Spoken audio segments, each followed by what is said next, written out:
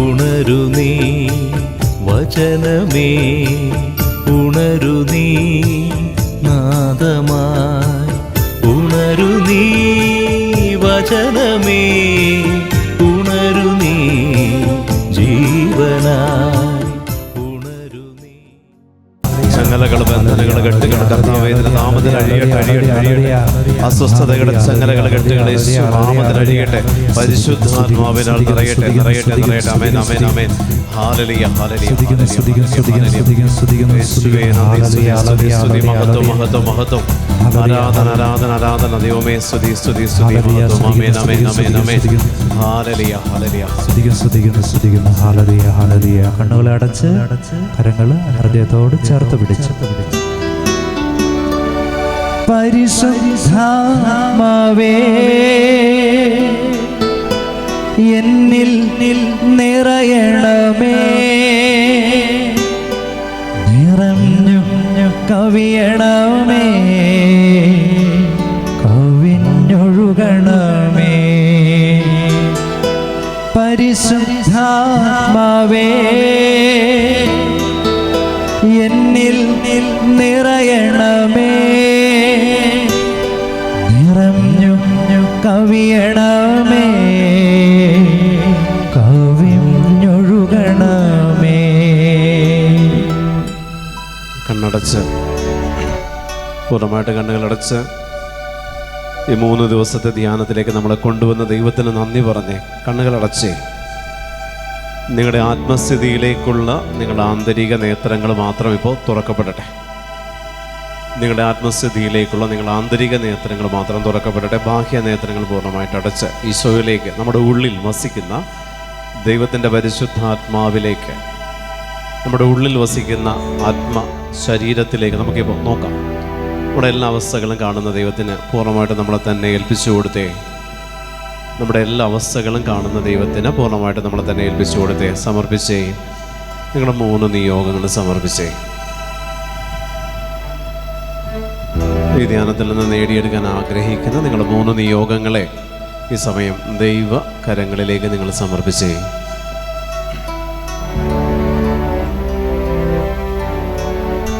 ഏതെല്ലാം അവസ്ഥകൾക്ക് വേണ്ടി പ്രാർത്ഥിക്കാൻ നമ്മൾ ബലപ്പെടുന്നുവോ, നമ്മൾ നിർബന്ധിക്കപ്പെടുന്നുവോ,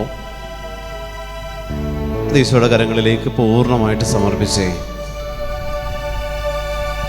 ചില അവസ്ഥകൾ നമ്മൾക്കിങ്ങനെ പ്രഷർ തരും. ഈ നിയോഗത്തിന് വേണ്ടി പ്രാർത്ഥിക്കണം എന്നൊരു പ്രഷർ നമ്മുടെ ഉള്ളിൽ നിന്ന് നമുക്ക് ലഭിക്കും. അത് ഈശോയുടെ കരങ്ങളിലേക്ക് കൊടുത്ത ആ പ്രഷർ, ആ ഒരു തള്ളൽ കർത്താവിലേക്ക് ഏൽപ്പിച്ചേ. അത് ദൈവത്തിൽ നിന്നാണോ എതിർ ശക്തിയിൽ നിന്നാണോ എന്ന് തിരിച്ചറിയാൻ ഉള്ള കൃപയ്ക്ക് വേണ്ടി ചോദിക്കാം. ചില പ്രാർത്ഥനകൾ ഇപ്പോൾ തന്നെ ഇത് ചെയ്യണം, ഇങ്ങനെ പ്രാർത്ഥിക്കണം, ഈ നിയോഗം സാധിച്ചെടുക്കണം, ഇങ്ങനെ ഒരു പ്രഷർ നമ്മുടെ ഉള്ളിൽ നിന്ന് തരുമ്പോൾ ദൈവമേ അത് നിന്നിൽ നിന്നാണോ എതിർ ശക്തികളിൽ നിന്നാണോ എന്ന് തിരിച്ചറിയാനുള്ള വിവേകം, കൃപ എനിക്ക് നൽകണമെന്ന് ഈ സമയം ആഗ്രഹിച്ച് അത്തരത്തിൽ ഏതെങ്കിലും നിർബന്ധിക്കപ്പെടുന്ന ചില നിയോഗങ്ങൾ, അത് പ്രാർത്ഥിച്ചില്ലെങ്കിൽ നിങ്ങൾക്ക് വല്ലാത്തൊരു അസ്വസ്ഥത തോന്നുന്ന ചില നിയോഗങ്ങൾ നിങ്ങളുടെ ഉള്ളിലുണ്ടെങ്കിൽ ഈ സമയം അതിനെ ഈശോയുടെ കരങ്ങളിലേക്കൊന്ന് സമർപ്പിച്ചേ. അതിന് പുറകിൽ പ്രവർത്തിക്കുന്ന അസ്വസ്ഥതകളുണ്ട്, അത് വിട്ടു മാറണം.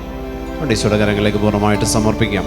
ഏതെങ്കിലും തരത്തിൽ ഈ ധ്യാനത്തിൽ പങ്കെടുക്കുന്നതിന് തടസ്സപ്പെടുത്തുന്ന പല വിചാരത്തിൻ്റെ, തിന്മയുടെ, ഏതെങ്കിലും തരത്തിലുള്ള ലോകത്തിൻ്റെ, ജഡത്തിൻ്റെ ഏതെങ്കിലും അരൂപികളുടെ പ്രവർത്തനം നമ്മുടെ മേലുണ്ടെങ്കിൽ ഈ സമയത്തെല്ലാം പൂർണ്ണമായിട്ട് മാറ്റപ്പെടുവാൻ സമർപ്പിച്ചേ.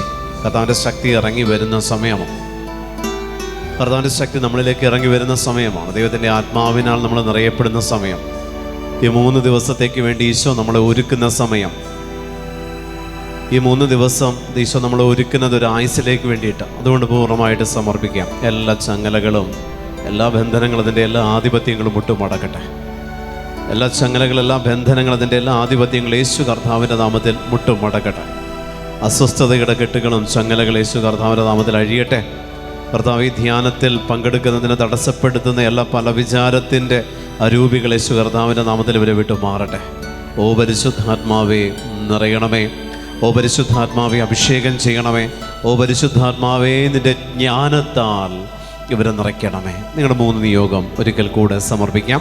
നിങ്ങൾ 1-ാമത്തെ നിയോഗം കണ്ണടച്ച് പരിശുദ്ധ മറിയം വഴി ഈശോയിലേക്ക് ഇപ്പോൾ സമർപ്പിച്ചേ. നിങ്ങൾ ഒന്നാമത്തെ നിയോഗം സമർപ്പിച്ചേ.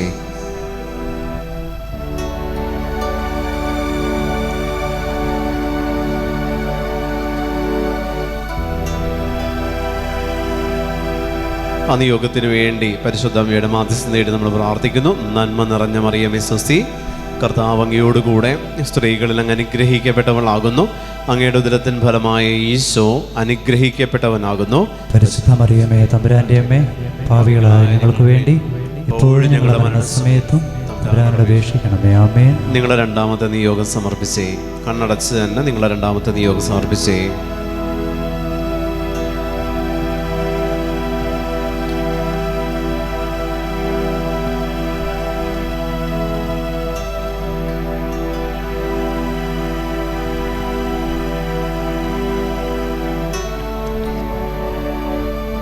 രണ്ടാമത്തെ നിയോഗത്തിന് വേണ്ടി പരിശുദ്ധയുടെ മാധ്യസ്ഥം തേടാം. നന്മ നിറഞ്ഞ മറിയമേ സ്വസ്തി, കർത്താവ് അങ്ങയോടുകൂടെ സ്ത്രീകളിൽ അങ്ങ് അനുഗ്രഹിക്കപ്പെട്ടവളാകുന്നു.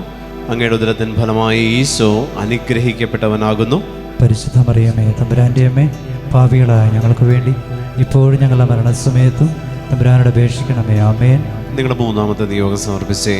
കണ്ണടച്ച് നിങ്ങളുടെ മൂന്നാമത്തെ നിയോഗം ആത്മാർത്ഥതയോടെ സമർപ്പിച്ചേ. അമ്മ നിങ്ങളുടെ മുന്നിലുണ്ട്. പരിശുദ്ധ മറിയം നമുക്ക് വേണ്ടി മധ്യസ്ഥം വഹിക്കുന്നുണ്ട്. അമ്മയിലേക്ക് സമർപ്പിക്കാം. അവസ്ഥകളെ സമർപ്പിക്കാം. നമ്മുടെ ജീവിതത്തിൻ്റെ എല്ലാ മേഖലകളും സമർപ്പിക്കാം. പ്രത്യേകിച്ച് നിങ്ങളുടെ മൂന്നാമത്തെ നിയോഗത്തെ സമർപ്പിക്കാം.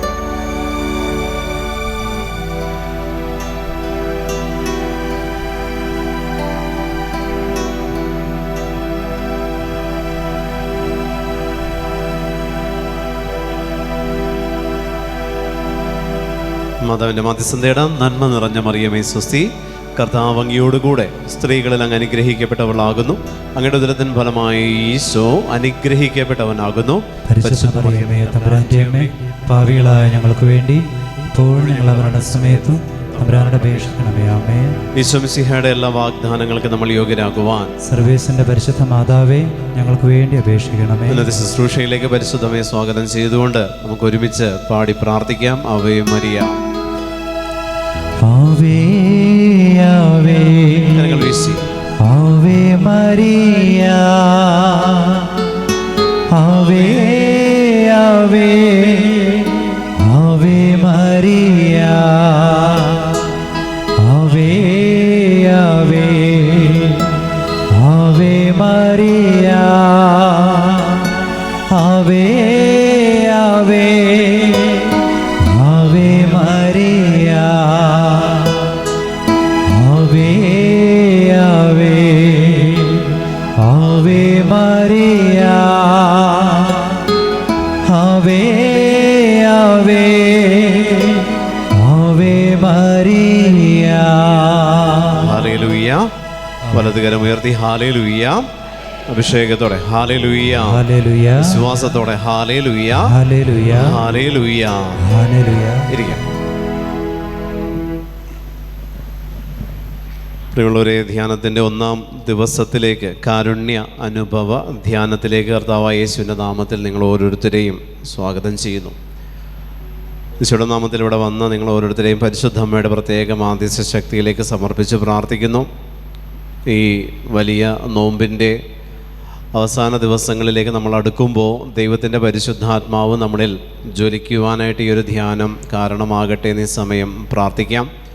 നിങ്ങളുടെ ആവശ്യങ്ങളിൽ ദൈവത്തിൻ്റെ ആത്മാവിൻ്റെ ശക്തി നിങ്ങളെ നയിക്കട്ടെ, ഭരിക്കട്ടെ, പരിപാലിക്കട്ടെ എന്ന് പ്രാർത്ഥിക്കുന്നു.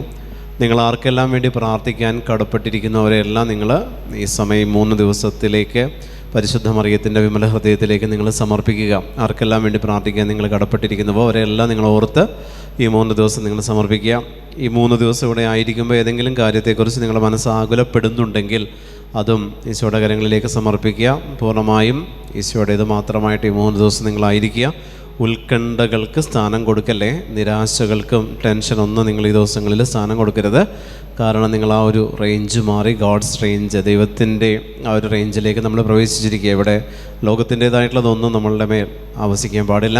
അതുകൊണ്ട് പൂർണ്ണമായിട്ട് ഈശോയ്ക്ക് നമ്മൾ തന്നെ പൂർണ്ണമായിട്ട് സമർപ്പിക്കാം. ഹല്ലേലൂയ. ഹല്ലേലൂയ. പ്രിയമുള്ളത്, ഇത് കാരുണ്യ അനുഭവ ധ്യാനമാണ്, കരുണയുടെ അനുഭവം. ഈ ധ്യാനത്തിൻ്റെ ദിവസം, ഈ ധ്യാനം ഡേറ്റ് സിസ്റ്റർ പറഞ്ഞപ്പോൾ ഡേറ്റ് എടുത്ത് പ്രാർത്ഥിക്കുമ്പോൾ ഇതിനൊരു പേര് കൊടുക്കാൻ ഈ സിസ്റ്റർ ആവശ്യപ്പെട്ടപ്പോഴാണ് ഈ കാരുണ്യാനുഭവ ധ്യാനം. അത് ഇതുവരെ കേട്ടിട്ടില്ല, അങ്ങനത്തെ ഒരു പേര് ഞാനും കേട്ടിട്ടില്ല. പരിശുദ്ധാത്മാവ് കാണിച്ചെന്ന് കാരുണ്യ അനുഭവ ധ്യാനം എന്ന് ഇടാൻ പറഞ്ഞു. അപ്പോൾ ഞാനിങ്ങനെ രണ്ട് മൂന്ന് മാസം മുമ്പ് കൊടുത്ത ഡേറ്റാണ്. ആ സമയത്ത് ഇത് ഹോളി വീക്കിൻ്റെ ഏറ്റവും അടുത്തുള്ള സമയത്തിലേക്ക് എത്തും എന്നുള്ളതൊന്നും അറിയില്ല. അപ്പോഴാണ് ഈശോ പിന്നീട് ഈ ദിവസങ്ങളിൽ പ്രാർത്ഥിക്കുമ്പോഴാണ് പരിശുദ്ധാത്മാവ് പറയുന്നത് പീഡാനുഭവ ധ്യാനം എന്നുള്ളതിനേക്കാൾ പീഡകൾ എന്ന് പറയുന്നത് ക്രിസ്തുവിൻ്റെ കരുണയായതുകൊണ്ടാണ് പീഡാനുഭവം എന്നുള്ളതിന് പകരം കാരുണ്യത്തിൻ്റെ അനുഭവം എന്നുള്ള പേര് പരിശുദ്ധാത്മാവ് വെളിപ്പെടുത്തിയത്. Hallelujah, hallelujah. ദൈവത്തോട് മനുഷ്യൻ കാണിക്കുന്ന ദൈവത്തിൻ്റെ സ്വഭാവമാണ് കരുണ. ഹല്ലേലൂയ. ദൈവം മനുഷ്യനോട് കാണിക്കുന്നത് അവൻ്റെ പേഴ്സണാലിറ്റിയാണ്. ദൈവം എന്ന് പറയുന്നത് കരുണ തന്നെയാണ്. പക്ഷേ കരുണ അനുഭവിക്കണമെങ്കിൽ എന്നിലും നിങ്ങളിലും ഉണ്ടാകേണ്ട ക്വാളിറ്റി എന്ന് പറയുന്നത് ഈ പറയുന്നതാണ്. കരുണയുടെ ഡെഫിനേഷനാണ് ഞാൻ പറയുന്നത്. ദൈവത്തോട് മനുഷ്യൻ കാണിക്കേണ്ട ദൈവത്തിൻ്റെ സ്വഭാവത്തിൻ്റെ പേരാണ് കരുണ എന്ന് പറയുന്നത്. അപ്പോൾ ദൈവത്തോട് മനുഷ്യൻ കരുണ കാണിക്കുക എന്നുള്ളത് പരിശുദ്ധാത്മാവ് പഠിപ്പിച്ചൊരു ലെസനാണ്. ദൈവത്തോട് മനുഷ്യൻ കരുണ കാണിക്കണം. ആ കരുണയിന്മേലാണ് ദൈവം നിൻ്റെ മേലും നമ്മുടെ പാപാവസ്ഥകളുടെ മേലും ദൈവത്തിൻ്റെ കരുണ കടന്നു വരികയുള്ളൂ. Hallelujah, hallelujah. ദൈവത്തോട് മനുഷ്യൻ കരുണ കാണിക്കാൻ ദൈവം തന്ന 10 ചലഞ്ചാണ്, 10 കൽപ്പനകൾ. ഇതിനെ ഞാൻ എൻ്റെ ഇഷ്ടത്തിനനുസരിച്ച് ഞാൻ അതിൽ ജീവിക്കുമ്പോൾ ദൈവത്തോട് ഞാൻ ശത്രുത പുലർത്തുകയും ആ കൽപ്പനകളെ ഞാൻ പാലിക്കുമ്പോൾ ദൈവത്തോട് ഞാൻ കരുണ കാണിക്കുകയുമാണ് ചെയ്യുന്നത്. Hallelujah, hallelujah. ദൈവത്തോട് കാണിക്കുന്ന ഈ ഒരു കരുണയുടെ ബാക്കിയാണ് പ്രിയപ്പെട്ടവരെ നമ്മിലേക്കും കരുണ ചൊരിയപ്പെടുകയുള്ളൂ. അതാണ് മത്തായി 5 നമ്മൾ വായിക്കുന്നുണ്ട്, മലയിലെ പ്രസംഗത്തിൽ നമ്മൾ വായിക്കുന്നുണ്ട്, കരുണയുള്ളവരെ ഭാഗ്യവാന്മാരാകുന്നുള്ളൂ, അവർക്കേ കരുണ ലഭിക്കുകയുള്ളൂ. കരുണയുള്ളവർക്കേ കരുണ ലഭിക്കുകയുള്ളൂ. അപ്പോൾ ആ കരുണ ഉണ്ടാവുക എന്ന് പറഞ്ഞാൽ ദൈവത്വം എന്ന് പറയുന്ന അവസ്ഥയാണ്. ദൈവത്തിൻ്റെ വ്യക്തിത്വമാണ് കരുണയെങ്കിൽ അതുള്ളവർക്കാണ് കരുണ ലഭിക്കുകയുള്ളൂ പ്രിയപ്പെട്ടവരെ. അപ്പോൾ അതുണ്ടാകുക എന്ന് പറഞ്ഞാൽ എൻ്റെ പാപങ്ങളെ പ്രതി ഞാൻ പാപങ്ങളോട് നോ പറയുമ്പോൾ എൻ്റെ ദൈവത്തെ ഞാൻ സ്നേഹിക്കുന്നു, അല്ലെങ്കിൽ അവനോട് ഞാൻ കാണിക്കുന്നതാണിത്. അപ്പോൾ അതുകൊണ്ട് തന്നെ ഈ കാരുണ്യ അനുഭവ ധ്യാനം എന്ന് പറയുമ്പോൾ നമ്മൾ ചിന്തിക്കേണ്ടതും നമ്മൾ സ്വന്തമാക്കേണ്ടതും നമ്മൾ അറിഞ്ഞിരിക്കേണ്ടതും ഈ കരുണയെ എങ്ങനെയാണ് ഈശോയോട് കാണിക്കുന്നത്, അതിൽ നിന്നും അവൻ്റെ കരുണയെ എങ്ങനെ സ്വീകരിക്കാനായിട്ട് നമുക്ക് സാധിക്കും എന്നുള്ളതിനെക്കുറിച്ചാണ് ഈ ധ്യാനം എന്ന് പരിശുദ്ധാത്മാവ് പറയുന്നു.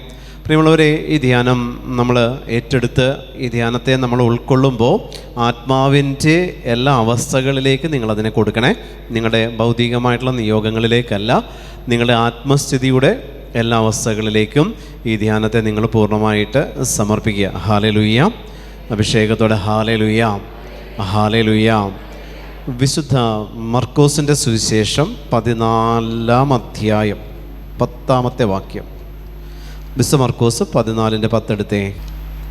അതാണ് മർക്കോസിൻ്റെ സുവിശേഷം 14-ാം അധ്യായത്തിൻ്റെ 10-ാമത്തെ വാക്യം. അതിൽ പ്രകാരം പറയുന്നു. 12 പേരിൽ ഒരുവനായ യൂദാസ് കറിയോത്ത യേശുവിനെ ഒറ്റിക്കൊടുക്കുവാൻ വേണ്ടി പ്രധാന പുരോഹിതന്മാരുടെ അടുത്തു ചെന്നു. അവർ ഇതറിഞ്ഞ് സന്തോഷിച്ച് അവന് പണം കൊടുക്കാമെന്ന് വാഗ്ദാനം ചെയ്തു. അവനെ എങ്ങനെ ഒറ്റിക്കൊടുക്കണമെന്ന് വിചാരിച്ച് അവൻ അവസരം പാർത്തിരുന്നു. ഹല്ലേലൂയ, ഹല്ലേലൂയ, ഹല്ലേലൂയ. അവനെ എങ്ങനെ ഒറ്റിക്കൊടുക്കണമെന്ന് വിചാരിച്ച് അവൻ അവസരം പാർത്തിരുന്നു. വിശുദ്ധ മർക്കോസിൻ്റെ സുവിശേഷം നമുക്കറിയാം, ഒത്തിരിയേറെ പൈശാചിക ശക്തികളെ കർത്താവ് തുരത്തിയത് രേഖപ്പെടുത്തപ്പെട്ട സുവിശേഷമാണ് വിശുദ്ധ മർക്കോസിൻ്റെ സുവിശേഷം. അതിനകത്ത് യൂദാസിൻ്റെ ഒറ്റിനെക്കുറിച്ച് പറഞ്ഞിരിക്കുന്നത്, പ്രിയപ്പെട്ട ദൈവജനമേ, ഈ ഒരു ചെറിയൊരു രീതിയിൽ അത് ഒതുക്കി കളഞ്ഞിട്ടുണ്ട്. പക്ഷേ ഈ ഒരു ഒന്നോ രണ്ടോ വാക്യത്തിനകത്ത് നമ്മൾ എന്തായിരിക്കുന്നു എന്നുള്ളതിൻ്റെ പൂർണ്ണ രൂപം ദൈവത്തിൻ്റെ പരിശുദ്ധാത്മാവ് മറച്ചു വെച്ചിട്ടുണ്ട്. നമ്മൾ എന്തായിരിക്കുന്നു എന്നുള്ളതിൻ്റെ പൂർണ്ണ രൂപത്തെ ദൈവത്തിൻ്റെ പരിശുദ്ധാത്മാവ് മറച്ചു വെച്ചിട്ടുണ്ട്. 12 പേരിൽ ഒരുവൻ, ആദ്യത്തേത് അതാണ് ഈശോ നമ്മളോട് പറയുന്നത്. 12 പേരിൽ ഒരുവൻ. ഇതാണ് പ്രിയപ്പെട്ട ദൈവജനമേ നമ്മളിലുള്ള ചലഞ്ച് എന്ന് പറയുന്നത്. നമ്മളിൽ ദൈവം നിക്ഷേപിച്ചിരിക്കുന്ന 12 കൃപകളിൽ ഒന്ന് എന്ന് നമുക്ക് വേണമെങ്കിൽ വിളിക്കാം. നമ്മളിൽ തന്നെയുള്ള ദൈവം നിക്ഷേപിച്ചിരിക്കുന്ന 12 അവസ്ഥകളിൽ ഒന്ന് എന്ന് വേണമെങ്കിൽ നമുക്ക് വിളിക്കാം. ഇത് നമ്മൾക്കെതിരെ തിരിയുന്നൊരു തലം എപ്പോഴാണ് ഉണ്ടാകുന്നത് എന്നുള്ളതിനെക്കുറിച്ച് ചിന്തിക്കുക. യൂദാസ് ക്രിസ്തുവിനോട് കൂടെ നടന്നവനാണ്, 12ൻ്റെ ഗണത്തിൽ എണ്ണപ്പെട്ടവനാണ്. ഈ 12ൻ്റെ ഗണത്തിൽ എണ്ണപ്പെട്ടവൻ ക്രിസ്തുവിനെതിരെ തിരിഞ്ഞു. 12 പ്രാർത്ഥനകളാണ് 12 ശിഷ്യന്മാരെങ്കിൽ ഒരു പ്രാർത്ഥന ക്രിസ്തുവിനെതിരെ തിരിഞ്ഞു. പ്രാർത്ഥനയാകുന്ന ക്രിസ്തുവിനെതിരെ 12 ശിഷ്യന്മാരാകുന്ന പ്രാർത്ഥനകളിൽ ഒന്ന് എതിരെ തിരിഞ്ഞു. ഇതാണ് യൂദാസ് കറിയോത്ത എന്ന് പറയുന്ന വ്യക്തിത്വം. പ്രിയപ്പെട്ട ദൈവജനമേ, ഈ പറയുന്ന വ്യക്തിത്വത്തെക്കുറിച്ച് ഈശോ പറയുന്നു, അവൻ ജനിക്കാതിരുന്നെങ്കിൽ അവന് നന്നായിരുന്നു എന്ന് പറഞ്ഞിരിക്കുന്ന വ്യക്തിത്വം, എന്നാൽ യേശു കൂടെ കൂട്ടിയ വ്യക്തിത്വം. ഇതാണ് കർത്താവ് നമുക്ക് തന്നിരിക്കുന്ന ചലഞ്ച്. നമ്മുടെ പ്രാർത്ഥനാ ജീവിതത്തിലും എതിർ പ്രാർത്ഥനാ രീതികൾ നമ്മൾ പോലും അറിയാതെ നമ്മളിൽ ഫോം ചെയ്യപ്പെടുന്നുണ്ട്. നമ്മൾ പോലും അറിയുന്നില്ല. ഒരു എതിർ ശക്തി ഓരോ പ്രാർത്ഥനകളിലും നമ്മളിൽ പ്രവർത്തിക്കുന്നൊരു എതിർ ശക്തിയുണ്ട്. Hallelujah, hallelujah. നമ്മളതിന് മൈൻഡ് ഡിസ്ട്രാക്ഷൻ എന്ന് വേണ്ടി നമ്മൾ വിളിച്ചതിനെ അവസാനിപ്പിച്ചാലും എതിർ ശക്തിയാണ്. പ്രിയപ്പെട്ടവരെ, എൻ്റെ മനസ്സിനെ മറ്റു പല ചിന്തകളിലേക്ക് കൊണ്ടുപോകുന്ന ഒരു ശക്തിയുണ്ട്. എൻ്റെ മനസ്സിനെ മറ്റു പല ചിന്തകളിലേക്ക് കൊണ്ടുപോകുന്ന ഒരു ശക്തി. അപ്പോൾ ഈ ശക്തി എന്ന് പറയുന്നത് എന്താ? ഈ ശക്തി എന്ന് പറയുന്നത് പ്രിയമുള്ളവരെ, നമ്മളുടെ കഴിഞ്ഞകാല ജീവിതത്തിൽ വന്ന വീഴ്ചകളിലൂടെ നമ്മുടെ ആത്മാവിൽ കുടികൊള്ളുന്ന പാപത്തിൻ്റെ അവസ്ഥകളാണ്. ഈ ശക്തി ആർജിക്കുന്നത് എപ്പോഴാണ്? അതിനെ ഞാൻ കമ്മിറ്റ് ചെയ്യുമ്പോഴാണ്. ആ പാപത്തിൻ്റെ അവസ്ഥകൾ, ആ വീഴ്ചകളുടെ അവസ്ഥകൾ, ഇതിനെ ഞാൻ താലോലിക്കുന്നിടത്ത്, ഇതിനെ ഞാൻ കമ്മിറ്റ് ചെയ്യുമ്പോൾ പ്രിയപ്പെട്ട ദൈവജനമേ, നമ്മൾ അറിയുന്നില്ല, നമ്മളും ഈ എതിർ ശക്തി എന്ന് പറയുന്ന എതിർ പ്രാർത്ഥനയായിട്ട് പലതും മാറ്റപ്പെടും. ഹല്ലേലൂയ. ഈ പറയുന്ന വിശുദ്ധ മർക്കോസിൻ്റെ സുവിശേഷത്തിൽ നമ്മൾ വായിക്കുന്ന യൂദാസ് ഒറ്റിക്കൊടുക്കാൻ പോകുന്നു. ഇവിടെ എഴുതി വെച്ചിരിക്കുന്നത് 12 പേരിൽ ഒരുവനായ യൂദാസ് കറിയോത്ത യേശുവിനെ ഒറ്റിക്കൊടുക്കുവാൻ വേണ്ടി പ്രധാന പുരോഹിതന്മാരുടെ അടുത്ത് ചെന്നു. അതിനുശേഷം എഴുതി വെച്ചിരിക്കുന്നത് കണ്ടു, അവർ ഇതറിഞ്ഞ് സന്തോഷിച്ചതിന് വാഗ്ദാനം ചെയ്ത് പണം കൊടുക്കാമെന്ന് പറഞ്ഞു. എങ്ങനെ അവനെ ഒറ്റുകൊടുക്കാമെന്ന് വിചാരിച്ച് അവൻ അവസരം പാർത്തിരുന്നു. പ്രീ പ്ലാൻഡ് ആണ് പാപങ്ങൾ, അതായത് പ്ലാൻ ചെയ്ത് വെച്ച പാപം എന്ന് നമുക്ക് വേണമെങ്കിൽ പറയാം. യൂദാസ് പാപം ചെയ്തിട്ടില്ല അതുവരെ. യൂദാസ് ഒറ്റിക്കൊടുക്കാം എന്ന് പറഞ്ഞപ്പോൾ യൂദാസ് പാപം ചെയ്തിട്ടില്ല. ഇത് തന്നെയാണ് മാനുഷികതയിൽ എന്നിലും നിങ്ങളിലും ഉള്ളത്. നമ്മൾ മുൻകൂട്ടി കണ്ടുവച്ചിരിക്കുന്ന വരുംകാലത്തേക്ക് വേണ്ടി മാറ്റിവെച്ചിരിക്കുന്ന ചില ദുഷ്പ്രവൃത്തികൾ നമ്മുടെ പ്ലാനിങ്ങിലുണ്ട്. Hallelujah, hallelujah. ഇപ്പോൾ ചെയ്യുന്നതല്ല, ഇപ്പോൾ ഞാൻ ചെയ്തിട്ടില്ല, അതുകൊണ്ട് ഞാൻ കുമ്പസാരിച്ചിട്ടില്ല. പക്ഷേ ഇത് ഞാനിങ്ങനെ പ്ലാൻ ചെയ്ത് വെച്ചിരിക്കുന്നതാണ്. ഇതിങ്ങനെ ചെയ്യണം, ഇതിങ്ങനെ നടക്കും, ഇങ്ങനെ ഒരു പ്രവൃത്തി ചെയ്യണം, ഇങ്ങനെ ഒരു ദുഷ്ടത എന്നിൽ നിന്ന് വരാൻ വേണ്ടിയിരിക്കുക. അപ്പോൾ ഞാനിത് പ്രീ പ്ലാൻഡ് ആണ്. അപ്പോൾ ഈ പ്രീ പ്ലാൻഡ് ആയിരിക്കുന്ന ഈ കാലഘട്ടം അത്രയും ഞാൻ ഈ സ്പിരിറ്റിൻ്റെ അണ്ടറിൽ പോയിക്കൊണ്ടിരിക്കുന്ന വ്യക്തിയായിട്ട് മാറ്റപ്പെടും. Hallelujah, hallelujah. അപ്പോൾ നമ്മൾ ഈ പറയുന്ന യൂദാസിൻ്റെ ചരിത്രം എടുത്ത് നോക്കുമ്പോൾ അവൻ അങ്ങോട്ട് ചെന്നാണ് പറഞ്ഞത്, പ്രധാന പുരോഹിതന്മാരെ സമീപിച്ചു. എന്തുകൊണ്ടാണ് സമീപിച്ചത്? ക്രിസ്തുവിനെതിരെ തിരിയാൻ ആ വ്യക്തിത്വത്തിന് പ്രേരണ കൊടുത്ത ഒരു ശക്തി. ഇതാണ് ക്രിസ്തുവിനോട് കൂടെ ആയിരിക്കുന്ന നമ്മിലും ഉള്ള ഒരു എതിർശക്തിയുണ്ട്. പ്രാർത്ഥനയെ കീഴ്പ്പെടുത്തുന്ന ഒരു എതിർശക്തി പുറമേ നിന്ന് വരുന്നതല്ല. ഒരു വ്യക്തിക്ക് നമ്മളെ മാറ്റാൻ പറ്റില്ല പ്രിയപ്പെട്ടവർ, അത് നിങ്ങളാദ്യം മനസ്സിലാക്കുക. എൻ്റെ ഉള്ളിലുള്ള അവസ്ഥകൾക്കേ എന്നെ മാറ്റാൻ പറ്റുള്ളൂ, എൻ്റെ തീരുമാനങ്ങൾക്കേ എന്നെ മാറ്റാൻ പറ്റുള്ളൂ. നമ്മളെല്ലാവരും അങ്ങനെ തന്നെയാണ്. മറ്റൊരാൾ നിങ്ങളിൽ എത്ര ഇൻഫ്ലുവൻസ് ചെലുത്തിയാലും ഡിസിഷൻ എടുക്കുന്നത്, ഫൈനൽ ഡിസിഷൻ നിങ്ങളുടെ തന്നെയാണ്. അപ്പം അതുകൊണ്ട് നിങ്ങൾക്കേ നിങ്ങളെ മാറ്റാനായിട്ട് പറ്റുള്ളൂ. അപ്പോൾ നിങ്ങളെ മാറ്റുന്ന തരത്തിൽ നിങ്ങളുടെ ഉള്ളിൽ കിടക്കുന്ന നന്മയുടെ വശവും നിങ്ങളെ മാറ്റുന്ന തരത്തിൽ നിങ്ങളുടെ ഉള്ളിൽ കിടക്കുന്ന തിന്മയുടെ വശവും എന്നിൽ നിങ്ങളിലുണ്ട്. അപ്പോൾ ഇതിലേതാണോ ഹൈലൈറ്റ് ചെയ്തിരിക്കുന്നത് അതായിരിക്കും നിങ്ങളുടെ പ്രാർത്ഥനയിൽ അഭിഷേകത്തിന് കാരണമാകുന്നതും നിങ്ങളുടെ പ്രാർത്ഥനയുടെ അഭിഷേകത്തെ കെടുത്തുന്നതും. Hallelujah, hallelujah. അപ്പോൾ നിങ്ങളിൽ നിന്ന് പുറപ്പെടുന്നതാണ് ദൈവത്തിന് ആവശ്യം. നിങ്ങളിൽ നിന്ന് പുറപ്പെടുന്നത്. ഈ ദിവസങ്ങളൊരു പെൺകുട്ടിയെ കൊണ്ടുവന്നു, ഒരു +2 ഡിഗ്രി ആ ഒരു റേഞ്ചിലുള്ളൊരു കുട്ടി. അപ്പോൾ ഇവളെ കൊണ്ടുവന്ന് ഇവളെ പ്രാർത്ഥിച്ചുകൊണ്ടിരിക്കുന്ന സമയത്ത് അപ്പോൾ ഇവളുടെ അപ്പനാണ് എന്നെ അടുത്ത് ഇവളെ കൊണ്ടുവന്നത്. ഒത്തിരി പൊസസ്ഡ് ആയിട്ടുള്ള അവസ്ഥയാണ് കുട്ടിക്ക്. അപ്പോൾ ഇവളെ കൊണ്ടുവന്നിങ്ങനെ പ്രാർത്ഥിക്കുമ്പോൾ ഇവിടെ മുന്നിലിരിക്കുക, എൻ്റെ മുന്നിലിരിക്കുന്ന സമയത്ത് ഇവൾക്ക് വേണ്ടി ഇങ്ങനെ പ്രാർത്ഥിക്കുമ്പോൾ വിഷൻ, പരിശുദ്ധാത്മാവ് തന്നൊരു വിഷനുണ്ട്. സാത്താനും അവൻ്റെ കുറേ ഗ്യാങ് ഒത്തിരിയുണ്ട്. ഇതെല്ലാം കൂടി ഒരു റൗണ്ട് ടേബിള്, ഈ റൗണ്ട് ടേബിളിന് ചുറ്റും നമ്മളൊരു ബോർഡ് മീറ്റിംഗ് കൂടുന്നത് പോലെ ഇവളുടെ ഹൃദയത്തിൽ ഇതിങ്ങനെ കുടിയിരിക്കുന്നത്, പ്ലാൻ ചെയ്യുന്നത്.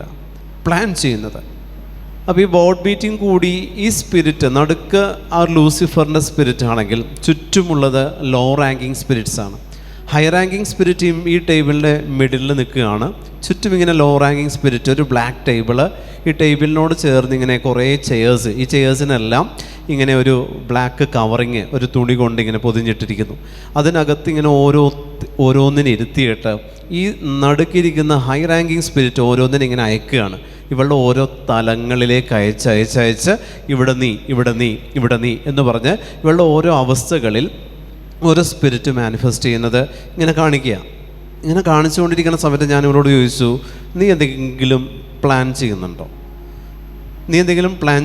എന്ന് വെച്ചപ്പോൾ ഞാൻ കണ്ണ് തുറന്ന് എനിക്കിട്ട് നോക്കി. അപ്പോൾ ഇവൾ എന്നോട് പറഞ്ഞു, ഞാൻ തെറ്റ് ചെയ്തിട്ടില്ല. ഞാൻ പറഞ്ഞു, നീ തെറ്റ് ചെയ്തു എന്ന് ഞാൻ പറഞ്ഞിട്ടില്ല, പക്ഷേ നീ എന്തെങ്കിലും പ്ലാൻ ചെയ്യുന്നുണ്ടോ? കാരണം ഇങ്ങനൊരു വിഷനാണ് പരിശുദ്ധാത്മാവ് കാണിക്കുന്നത്. നമ്മൾ പ്ലാൻ ചെയ്യുന്ന ചില പാപത്തിൽ സാധാരണ നമ്മുടെ ഹൃദയത്തിനകത്ത് ഇങ്ങനെ കൂടിയിരുന്നിട്ട് അവിടെ ഒരു ബോർഡ് മീറ്റിംഗ് കൂടുന്നുണ്ട് പ്രിയപ്പെട്ടവരെ. അവിടെ ഇരുന്നുകൊണ്ട് നമ്മളറിയുന്നില്ല, നമ്മളെ ഭരിക്കുന്ന ഈ സ്പിരിറ്റ് അവിടെ ഇരുന്നുകൊണ്ട് നമ്മൾക്കെതിരെയുള്ളത് നമ്മുടെ ഉള്ളിൽ തന്നെയാണ് ഇവൻ ഒരുക്കുന്നത്, പുറമേ നിന്നല്ല. ഹല്ലേലൂയ. നമ്മളെ ആക്രമിക്കാനുള്ള വിഹിതം സാത്താന് ലഭിക്കുന്നത് നമ്മുടെ ഉള്ളിൽ നിന്ന് തന്നെയാണ്. പുറമേ നിന്ന് കണക്ട് ചെയ്യേണ്ട ആവശ്യമില്ല. പുറമേ നിന്ന് വന്നാൽ തന്നെ അതെൻ്റെ തലമുറകളിൽ നിന്നേ ഉള്ളൂ. ബാക്കിയുള്ളതെല്ലാം എനിക്ക് കീഴ്പ്പെടുത്താവുന്നതേ ഉള്ളൂ. ബാക്കിയുള്ള ഏത് പാപത്തിൻ്റെ തലത്തെയും എനിക്ക് കീഴ്പ്പെടുത്താവുന്നതേ ഉള്ളൂ. ഇവിടെയാണ് കരുണ എന്ന് പറയുന്ന വശം നമ്മൾ നോക്കേണ്ടത്. കരുണ എന്ന് പറയുന്നതിനെ നോക്കേണ്ടത് ഇവിടെയാണ്. അതായത് ഞാൻ ചെയ്യാനിരിക്കുന്നതിൽ നിന്ന് എൻ്റെ ദൈവം എന്നെ പിന്തിരിപ്പിക്കുന്നുണ്ടോ, അല്ലെങ്കിൽ എൻ്റെ ദൈവത്തെ പ്രതി ഞാൻ പിന്മാറുന്നുണ്ടോ? ഒരു കൊലപാതകം, ഏതെങ്കിലും തരത്തിലൊരു ഭ്രൂണഹത്യ, ഏതെങ്കിലും സ്വത്ത് തർക്കത്തിൻ്റെ പേരിൽ സഹോദരങ്ങളെ വഞ്ചിക്കാൻ, എന്ത് തന്നെ ആയിക്കൊള്ളട്ടെ പ്രിയപ്പെട്ടവരെ, ഞാൻ പ്ലാൻ ചെയ്തു വെച്ചിരിക്കുന്ന ഏതവസ്ഥകളെയും എൻ്റെ ദൈവത്തെ പ്രതി ഞാൻ അവോയ്ഡ് ചെയ്യുന്നുണ്ടെങ്കിൽ ദൈവത്തോട് ഞാൻ കാണിക്കുന്ന കരുണയാണത്. ഹല്ലേലൂയ. ഈ കരുണ ദൈവത്തോട് ഞാൻ കാണിക്കുമ്പോഴാണ് ഈശോ എന്നെ പറ്റി പറയുന്നത്, കരുണയുള്ളവൻ ഭാഗ്യവാൻ, അവന് കരുണ ലഭിക്കും. അപ്പോൾ എനിക്ക് കരുണ ലഭിക്കാൻ തടസ്സമായി കിടക്കുന്ന ചില മേഖലകളുണ്ട്. ചിലപ്പോൾ എൻ്റെ മക്കളുടെ വിദ്യാഭ്യാസമോ, അവരുടെ വിവാഹമോ, എൻ്റെ അപ്പൻ്റെ മദ്യപാനമോ, എൻ്റെ ഭർത്താവിൻ്റെ പ്രശ്നങ്ങളോ, ഭാര്യയുടെ രോഗങ്ങളോ, എന്ത് തന്നെ ആയിക്കൊള്ളട്ടെ പ്രിയപ്പെട്ടവരെ, ദൈവത്തിൻ്റെ കരുണ പ്രതീക്ഷിക്കുന്ന, നമ്മൾ ഇൻറ്റൻഷൻ എന്ന് പറയുന്ന ദൈവത്തിൻ്റെ കരുണ പ്രതീക്ഷിക്കുന്ന ചില മേഖലകളിലേക്ക് കർത്താവിൻ്റെ ശക്തി കടന്നു വരാൻ ദൈവത്തോട് കാണിക്കുന്ന ഈ ഒരു പ്രവർത്തനം അല്ലെങ്കിൽ ഈ ഒരു പ്രവൃത്തി നമ്മളിലേക്ക് കരുണ കടന്നു വരുന്നതിനുള്ള തടസ്സത്തെ നീക്കും. ഹല്ലേലൂയ. അഭിഷേകത്തോടെ ഹല്ലേലൂയ, ഹല്ലേലൂയ, ഹല്ലേലൂയ, ഹല്ലേലൂയ. ഇവിടെ യൂദാസിനെ പറ്റി വീണ്ടും പറയുന്നു, 12 പേരിൽ ഒരുവൻ. ഞാൻ വീണ്ടും അതിലേക്ക് തന്നെ വരിക. 12 പേരിൽ ഒരുവൻ. നിങ്ങളിൽ 12 കൃപ കിട്ടിയിട്ടുണ്ടെങ്കിലും 11 കൃപ കിട്ടിയിട്ടുണ്ടെങ്കിലും 12ാമത്തേതിനെ ആയിരിക്കും സാത്താൻ വളർത്തുന്നത്. അതുകൊണ്ട് ഞാൻ ഈ ഒരു ശുശ്രൂഷ തുടങ്ങിയപ്പോൾ ആദ്യമേ നിങ്ങളോട് പറഞ്ഞത്, ചില ഇൻറ്റൻഷൻ പറഞ്ഞില്ലെങ്കിൽ നിങ്ങൾക്കൊരു വീർപ്പ് മുട്ടൽ വരുന്ന ഇൻറ്റൻഷൻ ഉണ്ടോ? ഒരു തള്ളൽ ഉള്ളിൽ നിന്ന്, ഇത് പറ, എന്തു പറഞ്ഞാലും, എവിടെ ധ്യാനത്തിന് പോയാലും, ഒരു കുർബാനയ്ക്ക് പോയാലും, എന്താ പറയുക, ഒരു കുരിശടിയിൽ പ്രാർത്ഥിക്കാൻ പോയാലും ഈ നിയോഗം ആദ്യം പറയും. ഒരാളോട് പ്രാർത്ഥിക്കാൻ ആവശ്യപ്പെട്ടാലും ഈ നിയോഗം, ഇത് പറഞ്ഞില്ലേ നിങ്ങൾക്ക് പറ്റില്ല. അത്രത്തോളം ഒരു പ്രഷർ നിങ്ങളുടെ ഉള്ളിൽ നിന്ന് ഈ ഒരു നിയോഗത്തിന് വേണ്ടി കിട്ടിക്കൊണ്ടിരിക്കുന്നുണ്ടെങ്കിൽ പ്രിയപ്പെട്ടവരെ, അതിന് ആ ഒരു പ്രഷർ നിങ്ങൾക്ക് തരുന്നത് ദൈവമാണോ, ഞാൻ നേരത്തെ പറഞ്ഞതുപോലെ എതിർശക്തിയാണോ എന്നുള്ളതിനെക്കുറിച്ച് നിങ്ങൾ അവെയറായിരിക്കണം. കാരണം ചില നിയോഗങ്ങൾ, ചില ഇൻറ്റൻഷൻ നമ്മൾക്ക് തരും തോറും നമ്മളതിലേക്ക് ഫോക്കസ് ചെയ്യാൻ ഒരു പ്രേരണ ഈ തിന്മയുടെ ശക്തി തരും. നമ്മളതിലേക്ക് ഫോക്കസ് ചെയ്യാനായിട്ടൊരു പ്രേരണ ഈ തിന്മയുടെ ശക്തി തന്നുകൊണ്ട് എന്നിൽ നിന്ന് കിട്ടേണ്ട പ്രാർത്ഥനകളെ ദൈവത്തിന് തടസ്സപ്പെടുത്തും. Hallelujah, hallelujah. അപ്പോൾ എന്നാൽ നമ്മൾ പ്രാർത്ഥിക്കുന്നുണ്ട്, പക്ഷെ പ്രാർത്ഥന പോകുന്നത് നിയോഗത്തിലേക്കാണ്. ഇങ്ങനെ ഒരു തള്ളൽ നിങ്ങളുടെ ഉള്ളിൽ നിന്ന് നിങ്ങളുടെ പ്രാർത്ഥനാ ജീവിതത്തിൽ നിരന്തരം, അതായത് ജപമാല എടുത്താലും ഇത് പറയും, വിശുദ്ധ ഗ്രന്ഥം ബൈബിൾ എടുത്താലും ഇത് പറയും, പരിശുദ്ധ ബലിയിലും ഇത് പറയും, കുടുംബ പ്രാർത്ഥനയിലും ധ്യാനത്തിലും എന്ന് വേണ്ട, ആരെ കണ്ടാലും ഇത് പറഞ്ഞുകൊണ്ടിരിക്കുന്ന തരത്തിൽ, എത്ര പറഞ്ഞാലും നിങ്ങൾക്ക് മതിയാവാത്ത തരത്തിൽ പ്രിയപ്പെട്ടവരെ ഒരു നിയോഗം നിങ്ങളിൽ ഇങ്ങനെ ചുറ്റിപ്പറ്റി നിൽക്കുന്നുണ്ടെങ്കിൽ നിങ്ങൾ നിങ്ങളെക്കുറിച്ച് തന്നെ ഒന്ന് അനലൈസ് ചെയ്യുക. എവിടേക്കോ നമുക്കൊരു കുഴപ്പമുണ്ട്, എവിടേക്കോ നമ്മൾ മാറാനായിട്ടുണ്ട്. Hallelujah, hallelujah. എവിടേക്കോ നമ്മൾ മാറാനുണ്ട്. ആ ഇൻറ്റൻഷൻ തന്ന എതിർശക്തി അതെവിടെ നിന്ന് ഫോം ചെയ്തു എന്നുള്ളതിനെക്കുറിച്ച് നിങ്ങൾ ചിന്തിക്കണം. ആ ഇൻറ്റൻഷൻ നമുക്ക് തന്നിരിക്കുന്ന എതിർശക്തി ഫോം ചെയ്ത ആ തലത്തെക്കുറിച്ച് നമ്മൾ അവെയറായിരിക്കണം. കാരണം നമ്മൾ വീണു പോകരുത് പ്രിയപ്പെട്ടവരെ. സാത്താൻ അവൻ്റെ എല്ലാ ആയുധങ്ങളും എടുത്തുകൊണ്ടാണ് നമ്മൾക്കെതിരെ തിരിയുന്നത്. സാത്താൻ അവൻ്റെ എല്ലാ ആയുധങ്ങളും എടുത്തുകൊണ്ട് നമ്മൾക്കെതിരെ തിരിയുക. ഞാൻ പറഞ്ഞില്ലേ, ഇങ്ങനെ ഒരു ബോർഡ് മീറ്റിംഗ് നമ്മുടെ ഉള്ളിലൊക്കെ കൂടുന്നുണ്ട് സാത്താൻ. അവൻ പലയിടങ്ങളിൽ രോഗമായിട്ടും കഷ്ടതയായിട്ടും കടബാധ്യതയായിട്ടും കുടുംബ പ്രശ്നമായിട്ടും മക്കളെക്കുറിച്ചുള്ള ആകുലതയായിട്ടെല്ലാം നിൻ്റെ ജീവിതത്തിൽ ഇതിങ്ങനെ തന്നുകൊണ്ടിരിക്കുന്നുണ്ട്, നീ അറിയുന്നില്ലെന്നേ ഉള്ളൂ. ഇതിങ്ങനെ തന്നുകൊണ്ടിരിക്കുന്നുണ്ട്. നമ്മൾ പലപ്പോഴും ഇതെല്ലാം യൂസ്ഡായി മാറി, ഇതെല്ലാം ഇതെൻ്റെ ജീവിതത്തിലുള്ളതാ എന്നുള്ള കണക്കിന് യൂസ്ഡായി മാറി അതുമായിട്ട് പൊരുത്തപ്പെട്ട് ജീവിക്കേണ്ട ഗതികേട് നമുക്കുണ്ട്. അതൊരിക്കലും ദൈവത്തിൽ നിന്നല്ല, ദൈവമല്ല അത് നിങ്ങൾക്ക് ഒരുക്കിയിരിക്കുന്നത്. അതുകൊണ്ട് ഇവിടെ പറയുന്ന 12 പേരിൽ ഒരുവൻ, 12 പേരിൽ ഒരുവൻ, ഇതിനെക്കുറിച്ചാണ് നമ്മൾ ചിന്തിക്കുന്നത്. 12 പേര്. പ്രിയമുള്ള ദൈവജനമേ, ക്രിസ്തു തിരഞ്ഞെടുത്ത 12 പേര്, അവൻ്റെ തിരഞ്ഞെടുപ്പ് തെറ്റിയോ? തെറ്റിയിട്ടില്ല. അവൻ്റെ തിരഞ്ഞെടുപ്പ് കറക്റ്റാണ്, ഒട്ടും തെറ്റും പറ്റിയിട്ടില്ല. 12 പേരെയും അവൻ വിളിച്ചു. ആരെങ്കിലും റെക്കമെൻഡ് ചെയ്തോ ഇവനെ കൂടി നിൻ്റെ ഗ്രൂപ്പിൽ കൂട്ടിക്കോ? ഇല്ല, ആരും റെക്കമെൻഡ് ചെയ്തിട്ടില്ല. പരിശുദ്ധ മറിയം പോലും അതിലിടപെട്ടിട്ടില്ല. ആ 12 പേരും ക്രിസ്തുവിൻ്റെ തിരഞ്ഞെടുപ്പാണ്. ഈ ക്രിസ്തുവിൻ്റെ തിരഞ്ഞെടുപ്പിൽ എവിടെയാണ് സാത്താൻ അതിക്രമിച്ച് കയറിയത്? ഉൽപ്പത്തി പുസ്തകത്തിലെ 1-ാം അധ്യായം 1-ാമത്തെ വാക്യം നമ്മൾ വായിക്കുന്നുണ്ട്. ആദിയിൽ ദൈവം ആകാശവും ഭൂമിയും സൃഷ്ടിച്ചു. ഭൂമി രൂപരഹിതമായിരുന്നു. ഹല്ലേലൂയ. ഈ ഭൂമി എന്ന് പറയുന്നത് തന്നെ പ്രിയമുള്ളവരെ എന്നെ നിങ്ങളെക്കുറിച്ചാണ്, മനുഷ്യനെക്കുറിച്ചാണ് പറയുന്നത്. ഭൂമി രൂപരഹിതമാണ്. അതുകൊണ്ടാണ് ഉൽപ്പത്തി പുസ്തകം 2-ാം അധ്യായം 7-8 വാക്യങ്ങളിൽ പറയുന്നത്, ദൈവം മണ്ണുകൊണ്ട് മനുഷ്യനെ രൂപപ്പെടുത്തി. ഹല്ലേലൂയ. രൂപരഹിതമായ ഭൂമി കൊണ്ട് മനുഷ്യനെ രൂപപ്പെടുത്തി. ഇതാണ് ഉൽപ്പത്തിയിലെ മാനുഷികതയുടെ തുടക്കം കിടക്കുന്നത് 1-ാമത്തെ വാക്യത്തിലാണ്. 1-ാമത്തെ വാക്യത്തിൽ തന്നെ മാനുഷികത എന്താണെന്നുള്ളത് മറച്ചു വെച്ചിട്ടുണ്ട്. നമ്മൾ കണ്ടുപിടിക്കണം. ഭൂമി രൂപരഹിതവും ശൂന്യവുമാണ്. ഇതിനെക്കുറിച്ചാണ് വീണ്ടും പറയുന്നത്. രൂപരഹിതമായതിൽ നിന്നാണ് മനുഷ്യന് ദൈവം രൂപം കൊടുത്തതെങ്കിൽ ഈ ഭൂമി എന്ന് വിശേഷിപ്പിക്കുന്ന ഈ സൃഷ്ടപ്രപഞ്ചം എന്ന് പറയുന്നത് നമ്മളെക്കുറിച്ച് തന്നെയാണ് പ്രിയപ്പെട്ടവരെ. നമ്മളായിരിക്കുന്ന അവസ്ഥകൾ, ഈ അവസ്ഥകളിൽ നിന്ന് തന്നെയാണ് ദൈവം നമ്മളെ ഫോം ചെയ്തിരിക്കുന്നത്. Hallelujah, hallelujah. അവസ്ഥകളിൽ നിന്ന് ദൈവം ഫോം ചെയ്തു. ഭൂമി രൂപരഹിതമായതിൽ നിന്ന് രൂപം കൊടുത്തു എന്ന് പറയുമ്പോൾ രൂപരഹിതമായത് ഉണ്ട്, എന്നിലും നിങ്ങളിലും ഉണ്ട്.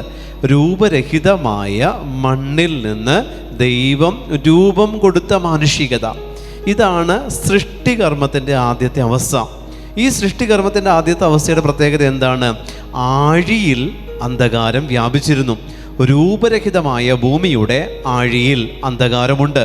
അപ്പോൾ എന്നെ ആ മണ്ണിൽ നിന്ന് രൂപപ്പെടുത്തുമ്പോൾ അതിൻ്റെ ഒരു സ്വാധീനം എന്നിലേക്കും, ഈ അന്ധകാരത്തിൻ്റെ ഒരു സ്വാധീനം എന്നിലേക്കും എൻ്റെ മാനുഷികതയിൽ, ദൈവത്വത്തിലല്ല മാനുഷികതയിൽ ഉൾച്ചേർന്നിട്ടുണ്ട് സൃഷ്ടികർമ്മത്തിൽ.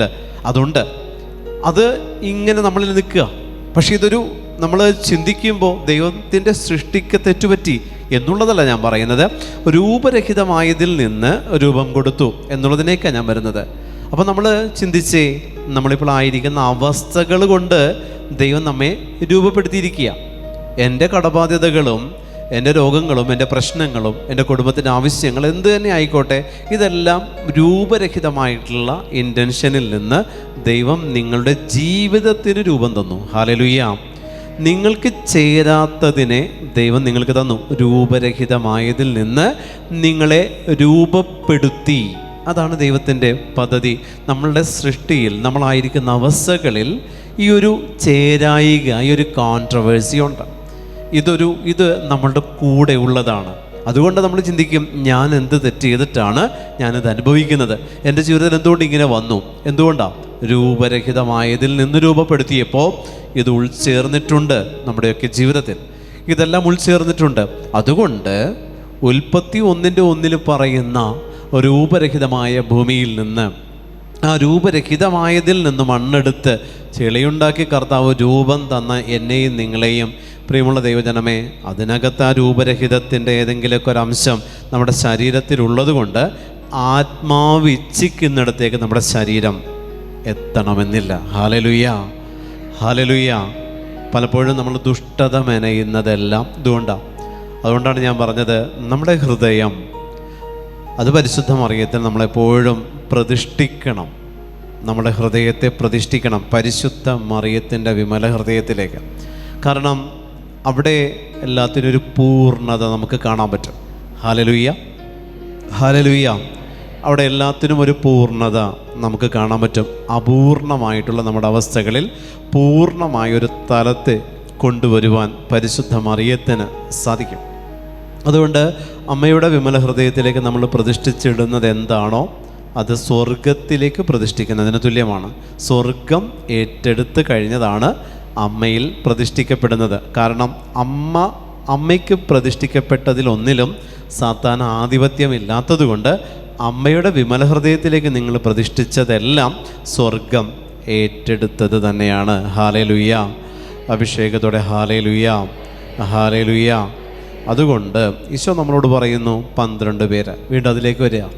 12 അവസ്ഥകൾ നമ്മുടെ ജീവിതത്തിലുണ്ട്.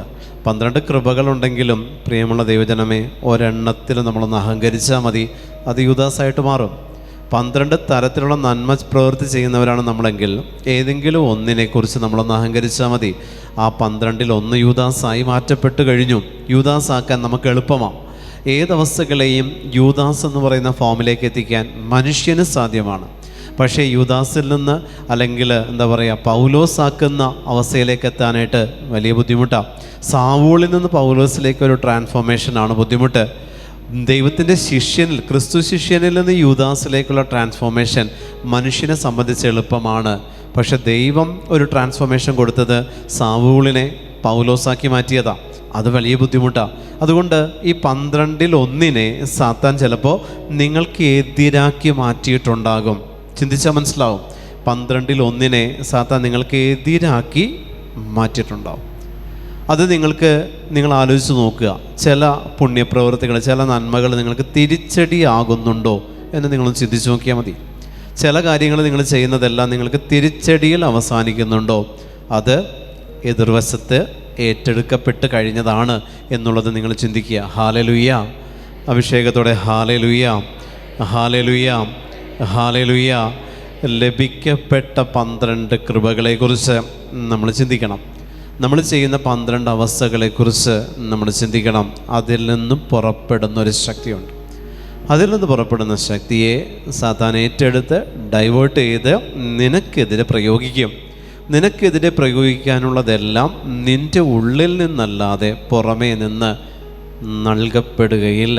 നിൻ്റെ ഉള്ളിൽ നിന്ന് മാത്രമേ നിനക്കെതിരെ പ്രയോഗിക്കാനുള്ള ശക്തിയെ സാത്താൻ ഫോം ചെയ്യുള്ളൂ.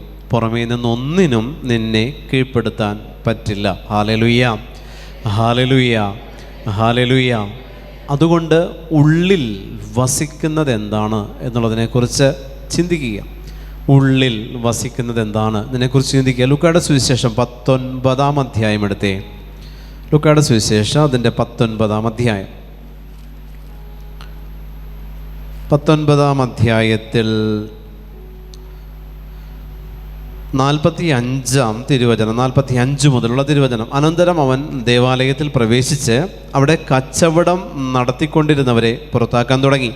അവൻ അവരോട് പറഞ്ഞു, എൻ്റെ ആലയം പ്രാർത്ഥനാലയം എന്ന് എഴുതപ്പെട്ടിരിക്കുന്നു, നിങ്ങളോ അതിനെ കച്ചവടക്കാരുടെ ഗുഹയാക്കി മാറ്റിയിരിക്കുന്നു. അനന്തരം അവൻ ദേവാലയത്തിൽ പ്രവേശിച്ചു. ഹല്ലേലൂയ. ദൈവം വസിക്കുന്ന ആലയം, അതായത് എൻ്റെയും നിങ്ങളുടെയും ഫിസിക്കൽ ബോഡി. അനന്തരം അവൻ ദേവാലയത്തിലേക്ക് പ്രവേശിച്ചു. ദേവാലയത്തിലേക്ക് ക്രിസ്തു പ്രവേശിച്ചു. അതായത് എന്നിലേക്ക് എൻ്റെ കർത്താവ് പ്രവേശിച്ചു. എപ്പോൾ പ്രവേശിച്ചു? ഞാൻ പ്രവേശിക്കാൻ ഞാൻ പെർമിഷൻ കൊടുത്തോ? ഇല്ല. എന്നിട്ടും അവൻ ദേവാലയത്തിലേക്ക് പ്രവേശിക്കുന്നുണ്ടെങ്കിൽ അവൻ്റെ പ്രവേശന ഉദ്ദേശ്യമെന്ന് പറയുന്നത് കച്ചവടക്കാരെ പുറത്താക്കാനാണ്. പ്രിയമുള്ളവരെ, ക്രിസ്തു പ്രവേശിക്കുന്നത് സഹനമായിട്ടാണ്. ക്രിസ്തുവിനെ വിളിച്ചു വരുത്തുന്നത് അഭിഷേകമായിട്ടാണ്. ഹല്ലേലൂയ. നിന്റെ അനുവാദമില്ലാതെ ക്രിസ്തു നീ എന്ന് പറയുന്ന ദൈവം വസിക്കുന്ന ആലയത്തിലേക്ക് പ്രവേശിച്ചിട്ടുണ്ടോ? സഹനമായിട്ടായിരിക്കുള്ളൂ ക്രിസ്തു പ്രവേശിക്കുന്നത്. മറിച്ച് നീ എൻ്റെ ആത്മാവ് എന്നിൽ വന്ന് നിറയണമേ എന്ന് പ്രാർത്ഥിച്ച് ക്രിസ്തുവിനെ ക്ഷണിച്ച് സ്വീകരിച്ചിട്ടുണ്ടോ? അത് കൃപയായിട്ടായിരിക്കും അവൻ നിന്നിൽ പ്രവേശിക്കുന്നത്. ഹല്ലേലൂയ, ഹല്ലേലൂയ. ഇവിടെ ദേവാലയത്തിലേക്ക് ക്രിസ്തു പ്രവേശിച്ച് അവിടെ കച്ചവടം നടത്തിയിരുന്നവരെ പുറത്താക്കി. പ്രിയമുള്ളവരെ, ദേവാലയത്തിൽ ക്രിസ്തു പ്രവേശിക്കുക എന്ന് പറയുന്നത് തന്നെ ദൈവത്തിനെ സംബന്ധിച്ച് ദൈവം വസിക്കുന്നിടത്തേക്ക് ദൈവത്തിൻ്റെ പുത്രൻ കടന്നു വന്നു എന്ന് പറയുമ്പോൾ നമ്മൾ ചിന്തിക്കണം, അങ്ങനെ ഒരു കടന്നുവരവ് വരണമെങ്കിൽ അവിടെ ഒരു ക്രമക്കേട് ഉണ്ടെന്നുള്ളതല്ലേ. ക്രമം തെറ്റിയാലല്ലേ അക്രമമാവുള്ളൂ. അപ്പോൾ ക്രമക്കേട് ഉള്ളിടത്ത് ക്രിസ്തു പ്രവേശിക്കും.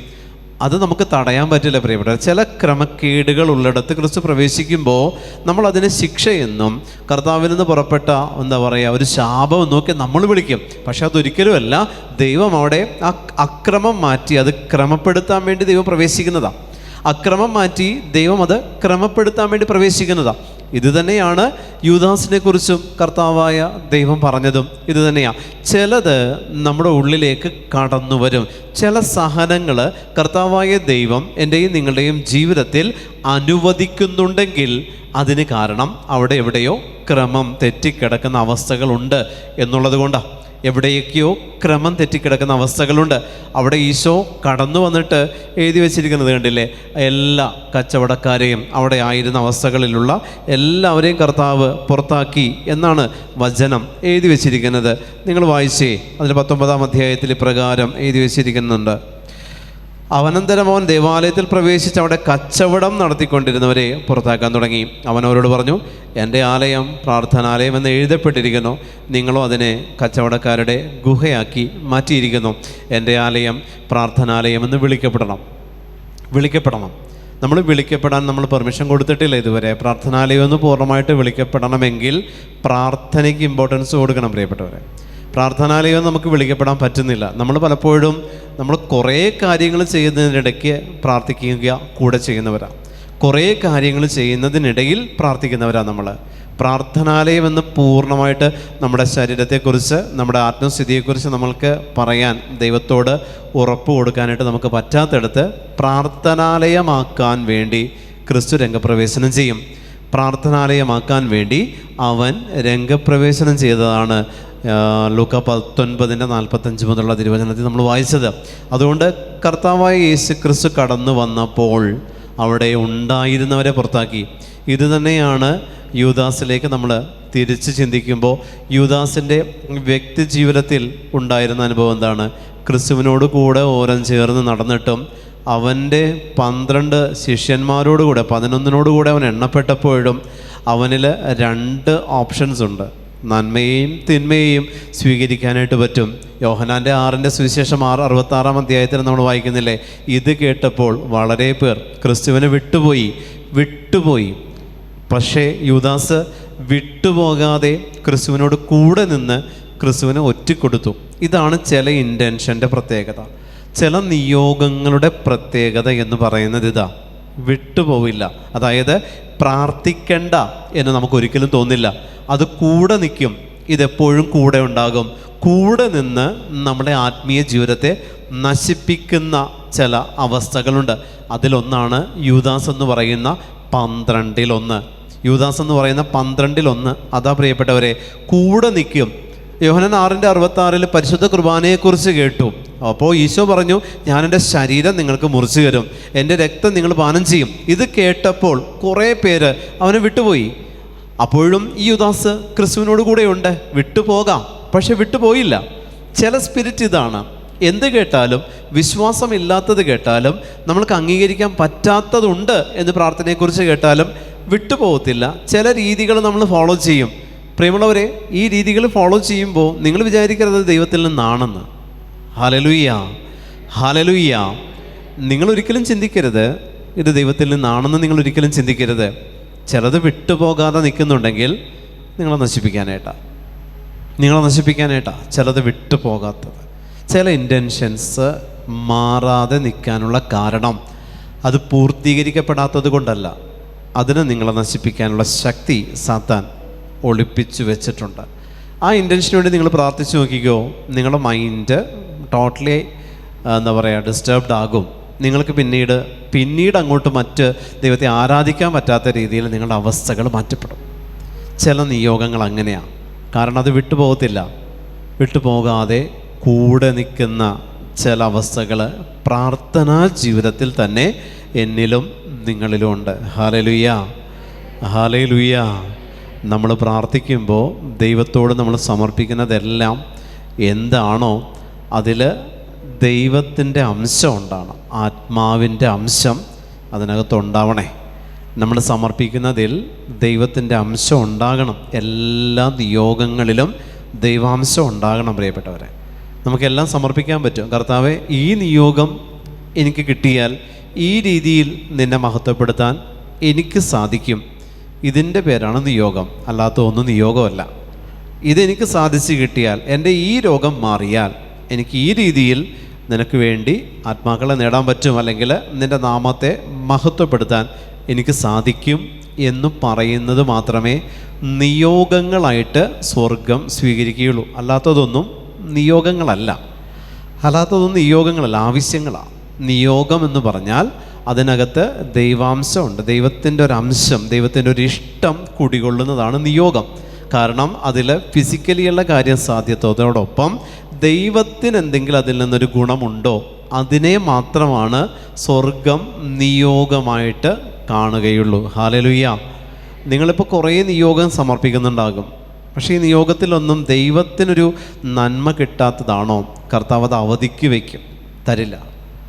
കുറേ ധ്യാനങ്ങൾ കൂടിയിട്ടും കുറേ നിയോഗങ്ങൾ സാധിച്ച് കിട്ടാത്തതിന് കാരണം അതിനകത്തൊരു ദൈവത്തിൻ്റെ അംശം ദൈവത്തിന് കാണാൻ പറ്റുന്നില്ല, ദൈവത്തിനുള്ള വിഹിതം അതിനകത്ത് ഉൾച്ചേർക്കപ്പെട്ടിട്ടില്ല.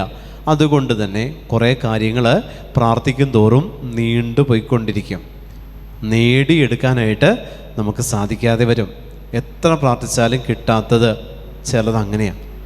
അതിന് കാരണമാണ് യൂദാസ് പ്ലാൻ ചെയ്തു വെച്ചതുപോലെ പ്രീ പ്ലാൻഡ് ആയിട്ടുള്ള ചില പാപത്തിൻ്റെ അവസ്ഥകൾ നമ്മളിൽ ഉള്ളത് കൊണ്ട് തന്നെ. പ്രീ പ്ലാൻഡ് ആയിട്ടുള്ള ചില പാപാവസ്ഥകൾ നമ്മളിലുണ്ട്, നമ്മളറിയുന്നില്ല, നമ്മളത് ചെയ്തു പോകുന്നുണ്ട്, പക്ഷേ അതുണ്ട്.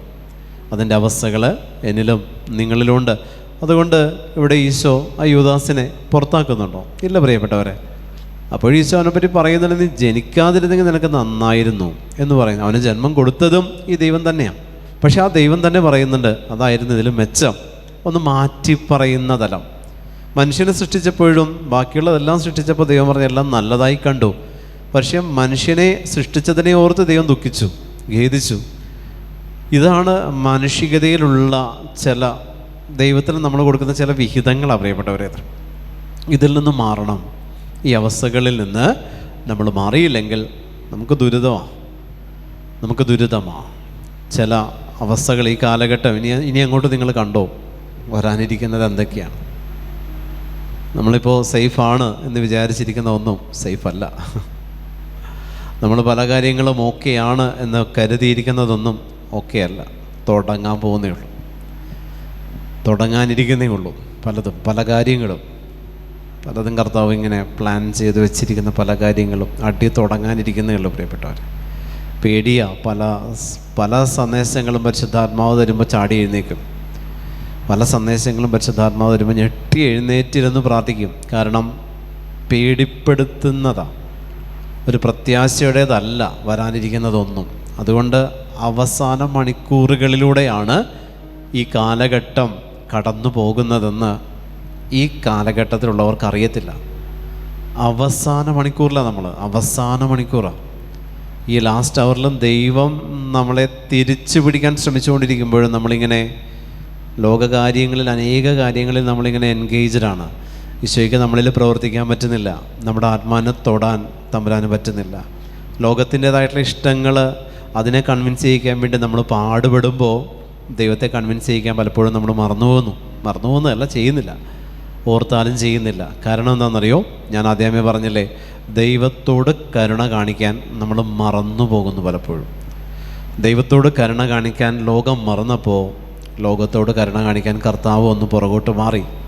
അതുകൊണ്ട് ഈ കാരുണ്യ അനുഭവത്തിൽ, കരുണയുടെ അനുഭവത്തിൻ്റെ ഈ 3 ദിവസങ്ങളിൽ നിങ്ങൾ ദൈവത്തോട് കരുണ കാണിക്കാനുള്ള 2 മേഖലകളാണ് ഞാനിപ്പോൾ നിങ്ങളോട് ക്ലാസ്സിൽ പറഞ്ഞത്. ഉറങ്ങാതിരുന്ന് കേട്ടവർക്ക് എന്തെങ്കിലും മനസ്സിലായിട്ടുണ്ടാവുമെന്ന് ഞാൻ വിചാരിക്കുന്നു. ഒത്തിരി പേര് നല്ല ഉറക്കമാവും.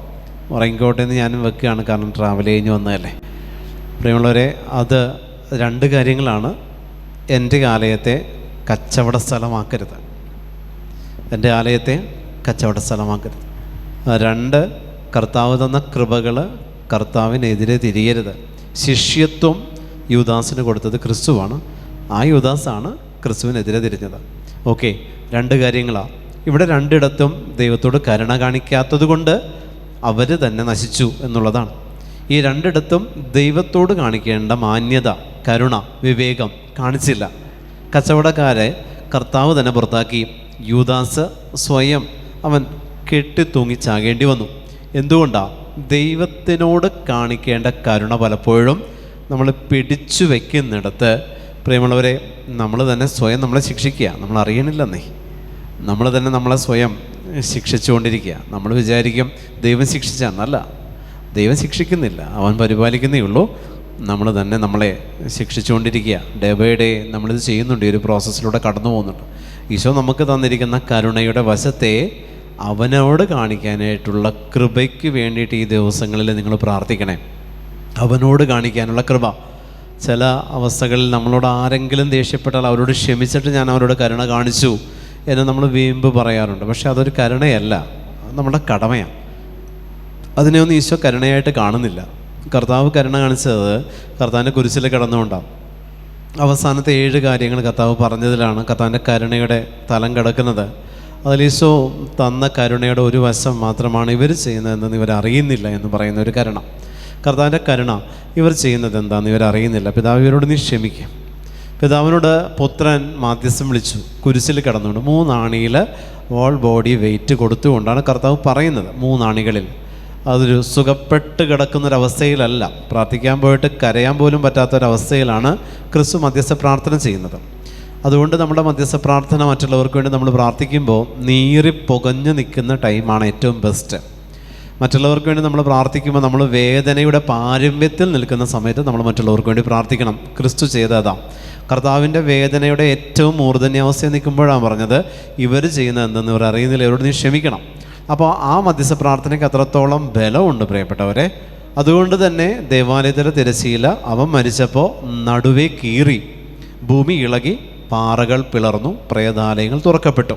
4 കാര്യങ്ങൾ സംഭവിച്ചത് ഈ മധ്യസ്ഥ പ്രാർത്ഥനയെ തുടർന്നാണ്. ഇവർ ചെയ്യുന്നതെന്തെന്ന് ഇവരറിയുന്നില്ല. അപ്പോൾ ഇവരറിയാത്തതിനുള്ള 4 കാര്യങ്ങൾ ഒറ്റ മധ്യസ്ഥ പ്രാർത്ഥനയിൽ ബ്രേക്കായി. ഹല്ലേലൂയ. ശ്രദ്ധിച്ച് കേട്ടാൽ മനസ്സിലാവും, അല്ലെങ്കിൽ ഒന്നും മനസ്സിലാവില്ല. എനിക്ക് തന്നെ മനസ്സിലാകുന്നില്ല ഞാനെന്താ പറയുന്നത് എന്നുള്ളത്. അതുകൊണ്ട് നിങ്ങൾ എന്തെങ്കിലും ശ്രദ്ധിച്ചിരുന്നാൽ നിങ്ങൾക്ക് വല്ലതും മനസ്സിലാവേ. 4 കാര്യങ്ങൾ ഒറ്റ മധ്യസ്ഥ പ്രാർത്ഥനയിൽ ബ്രേക്കായി എന്നുള്ളതാണ്. ആ 4 കാര്യങ്ങളാണ് അവൻ്റെ മരണത്തോടുകൂടെ സംഭവിച്ചത്. അവൻ്റെ മരണത്തോടുകൂടെ സംഭവിച്ച 4 കാര്യങ്ങൾ. ആ 4 കാര്യങ്ങൾ സംഭവിക്കാൻ കർത്താവ് ചെയ്ത മധ്യസ്ഥ പ്രാർത്ഥനയാണ് ഇവർ ചെയ്യുന്നതെന്ന് ഇവരറിയുന്നില്ല, ഇവരോട് ക്ഷമിക്കണം. ഇവർ ചെയ്യുന്നത് എന്തെന്ന്, ഇവരെ കൊണ്ട് ചെയ്യിപ്പിക്കുന്ന സ്പിരിറ്റാണിത് എന്നുള്ളത് ഇവരറിയുന്നില്ല, ഇവരോട് ക്ഷമിക്കണം. അപ്പോൾ നമ്മൾ ബോധപൂർവമല്ലാതെ ചെയ്യുന്ന പല പാപങ്ങളുണ്ട്. എല്ലാം സ്വബോധത്തോടുകൂടി തന്നെയെങ്കിലും നിർബന്ധിക്കപ്പെട്ട് ചെയ്യുന്ന പാപങ്ങളുണ്ട്. അപ്പോഴാ നിർബന്ധിക്കുന്നതാരാ അത് നമുക്കറിയില്ല. ഈശോ പറഞ്ഞതാ ഇവർ ചെയ്യുന്നത് എന്തെന്ന് ഇവരറിയുന്നില്ല. പലതിലും നമ്മൾ അറിയുന്നില്ല, എന്നാൽ നമ്മൾ ചെയ്യുന്നുണ്ട്. Hallelujah, hallelujah. പലതിൻ്റെ സീരിയസ്നെസ് നമുക്കറിയില്ല, പക്ഷെ നമ്മളത് ചെയ്യും. പാപമാണെങ്കിലും പ്രാർത്ഥനയാണെങ്കിലും അതിൻ്റെ സീരിയസ്നെസ് നമ്മൾ അറിയുന്നില്ല, പക്ഷെ നമ്മളത് ചെയ്യും. അങ്ങനെ ചെയ്തപ്പോഴാണ് ഭൂമി ഇളകി, പാറകൾ പിളർന്നു, പ്രേതാലയങ്ങൾ തുറക്കപ്പെട്ടു, ദേവാലയത്തിലെ തിരശ്ശീല നടുവേ കീറി. ഈ 4 കാര്യങ്ങൾ ക്രിസ്തുവിൽ സംഭവിച്ചു. ക്രിസ്തുവിൻ്റെ മരണത്തോടുകൂടെ കരുണയാൽ സംഭവിക്കപ്പെട്ടു. ഈ കരുണയാൽ സംഭവിക്കപ്പെട്ടപ്പോൾ ഇവരെ ഗ്രസിച്ചിരുന്ന ആ ഒരു സ്പിരിറ്റ്, ആ ഒരു തലത്തിൽ നിന്ന് അവർ മോചിക്കപ്പെടുക. ക്രിസ്തു അവർക്ക് പൂർണ്ണ മോചനം കൊടുത്തു. തൻ്റെ തിരുമരണത്തിലൂടെ ക്രിസ്തു അവർക്ക് പൂർണ്ണ മോചനം കൊടുത്ത് അവരെ വിടുവിച്ചു. ഒറ്റ മരണത്തിൽ കർത്താവ്, ഒറ്റ വാക്കിൽ 7 കാര്യങ്ങളിൽ കർത്താവ് സാധിച്ചെടുത്തു എന്നുള്ളതാണ്. ഭൂമി ഇളകണം. നമ്മളായിരിക്കുന്ന ഭൂമി എന്ന് പറയുന്നത് മാനുഷികത. ഞാൻ ആദ്യം പറഞ്ഞു, രൂപരഹിതമായതിൽ നിന്ന് രൂപപ്പെടുത്തപ്പെട്ടവരാണ് ഞാനും നിങ്ങളുമാകുന്ന മനുഷ്യവംശം. അപ്പം അതുകൊണ്ട് തന്നെ ഭൂമി ഇളകി എന്ന് പറഞ്ഞാൽ മാനുഷികതയിൽ മാറ്റം വന്നു എന്നുള്ളതാണ്. ഭൂമി ഇളകി. BC AD ആയിട്ട് ഭൂമി ഇളക്കപ്പെട്ടു. ഹല്ലേലൂയ, ഹല്ലേലൂയ, ഹല്ലേലൂയ, ഹല്ലേലൂയ, ഹല്ലേലൂയ. പാറകൾ പിളരണം. നമ്മളിൽ ഉള്ള ചില അവസ്ഥകളുണ്ട് പ്രിയപ്പെട്ടവരെ. പാറ എന്ന് പറയുന്നൊരവസ്ഥയുണ്ട്. ഈ പാറയെക്കുറിച്ചാണ് കർത്താവ് പത്രോസിനോട് പറഞ്ഞത്. മത്തായി 16:19 പറഞ്ഞില്ലേ, 19-20 വാക്യങ്ങളിൽ പറയുന്നില്ലേ, 17, 18, 19 പറയുന്നുണ്ട്, നീ പാറയാണ്. കത്തോലിക്ക തിരുസഭ ആകുന്ന പാറയായിട്ട് മാറണമെങ്കിൽ എന്ത് വേണം? ദേവാലയത്തിലെ തിരശീല കീറണം. അതായത് എല്ലാവർക്കും ദേവാലയത്തിലേക്ക് പ്രവേശിക്കാൻ, ക്രിസ്തു സാന്നിധ്യത്തിലേക്ക് എത്താനുള്ള തടസ്സങ്ങൾ മാറിപ്പോകണമെങ്കിൽ തിരശീല കീറണം. ദേവാലയം എന്ന് പറയുന്നത് എന്താ? ഞാനും നിങ്ങളുവാ. ഈ തിരശീല എന്ന് പറയുന്നത് എന്താ? ചിലതിനോട് നമ്മൾ പറഞ്ഞിരിക്കുന്ന ചില നോ എന്ന് പറയുന്ന അവസ്ഥയുണ്ട് പ്രാർത്ഥനയിൽ.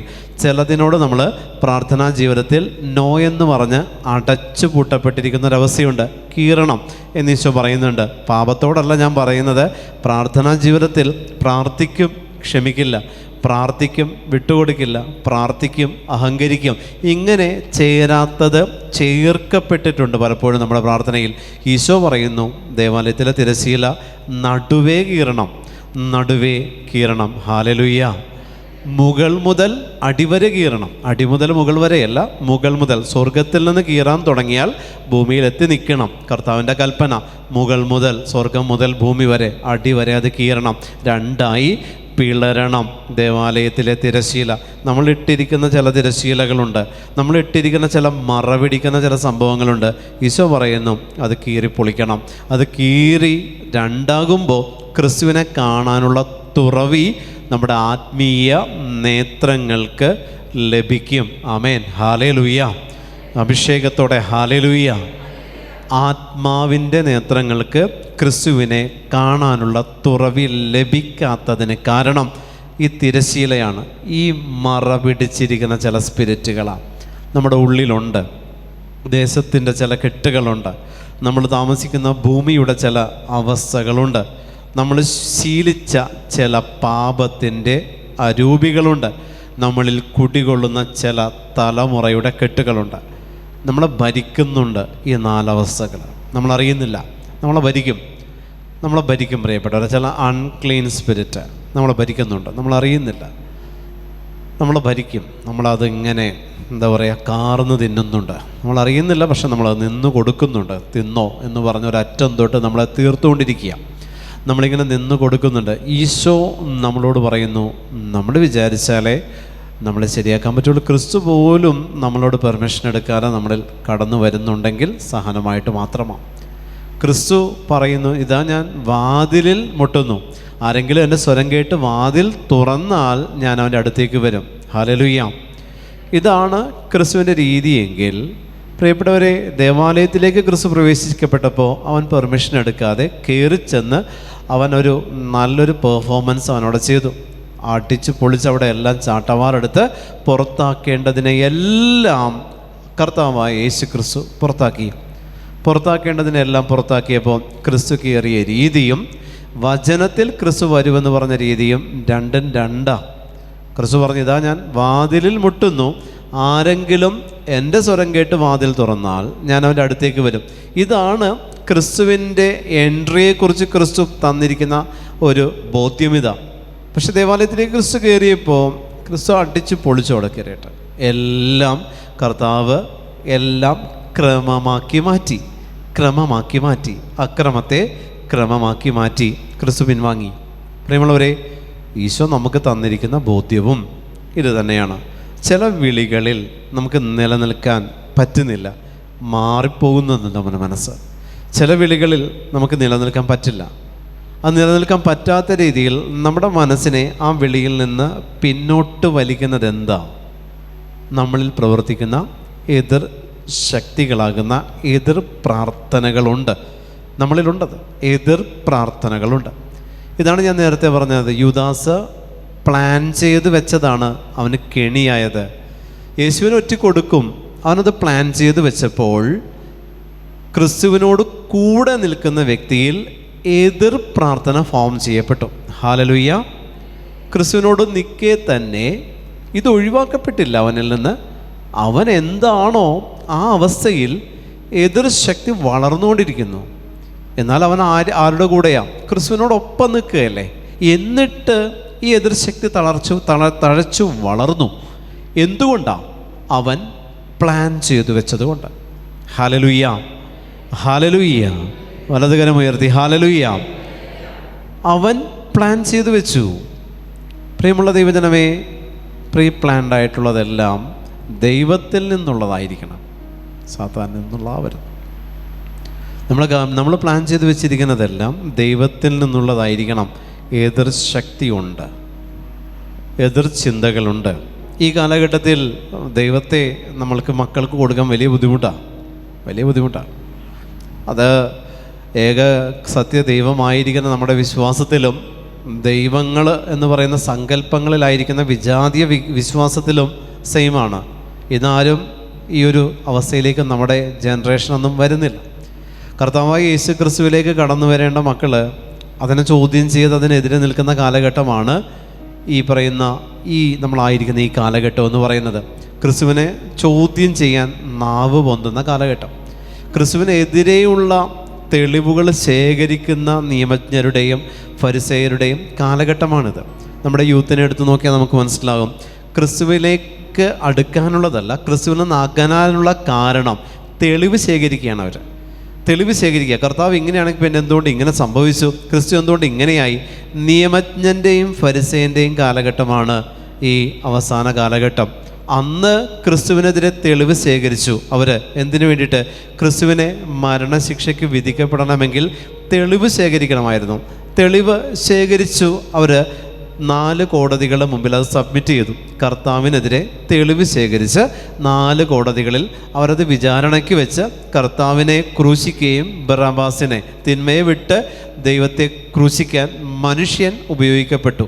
പ്രിയപ്പെട്ട ദൈവജനമേ, ഇത് തന്നെ ഈ കാലഘട്ടത്തിൽ നമ്മുടെ യൂത്തിനെ നമ്മൾ എടുത്താൽ നമ്മുടെ കുടുംബത്തിൽ ഇത്തരത്തിൽ ഫരിസേയ നിയമജ്ഞ മനോഭാവങ്ങളുണ്ട്. കർത്താവിനെ എതിരെ ചിന്തിക്കുന്ന ചില തെളിവുകൾ ശേഖരിച്ചു കൊണ്ടുവരുന്ന ചില വ്യക്തിത്വങ്ങളുണ്ട് നമ്മുടെ കുടുംബങ്ങളിലുണ്ട്. ഇവർ തെളിവ് ശേഖരിച്ചു കൊണ്ടിരിക്കുക. പള്ളിയിൽ പോകാതിരിക്കാൻ, പ്രാർത്ഥിക്കാതിരിക്കാൻ, കുർബാനയ്ക്ക് സംബന്ധിക്കാതിരിക്കാൻ, ബലി അർപ്പിക്കുമ്പോൾ ഈശോയെ സ്വീകരിക്കാതിരിക്കാൻ തെളിവുകൾ കളക്ട് ചെയ്യുന്ന ഗ്രൂപ്പുണ്ട്. തെളിവുകൾ കളക്ട് ചെയ്ത് ഇതിങ്ങനെ ആരെങ്കിലും ചോദിച്ചാൽ അങ്ങനെയാണെങ്കിൽ പിന്നെ ഇതൊന്നും തെളിയിച്ചതാ എന്ന് പറയുന്ന തെളിവുകൾക്ക് വേണ്ടി ജീവിക്കുന്ന ചില വ്യക്തിത്വങ്ങളുടെ കാലഘട്ടമാണ് ഈ കാലഘട്ടം.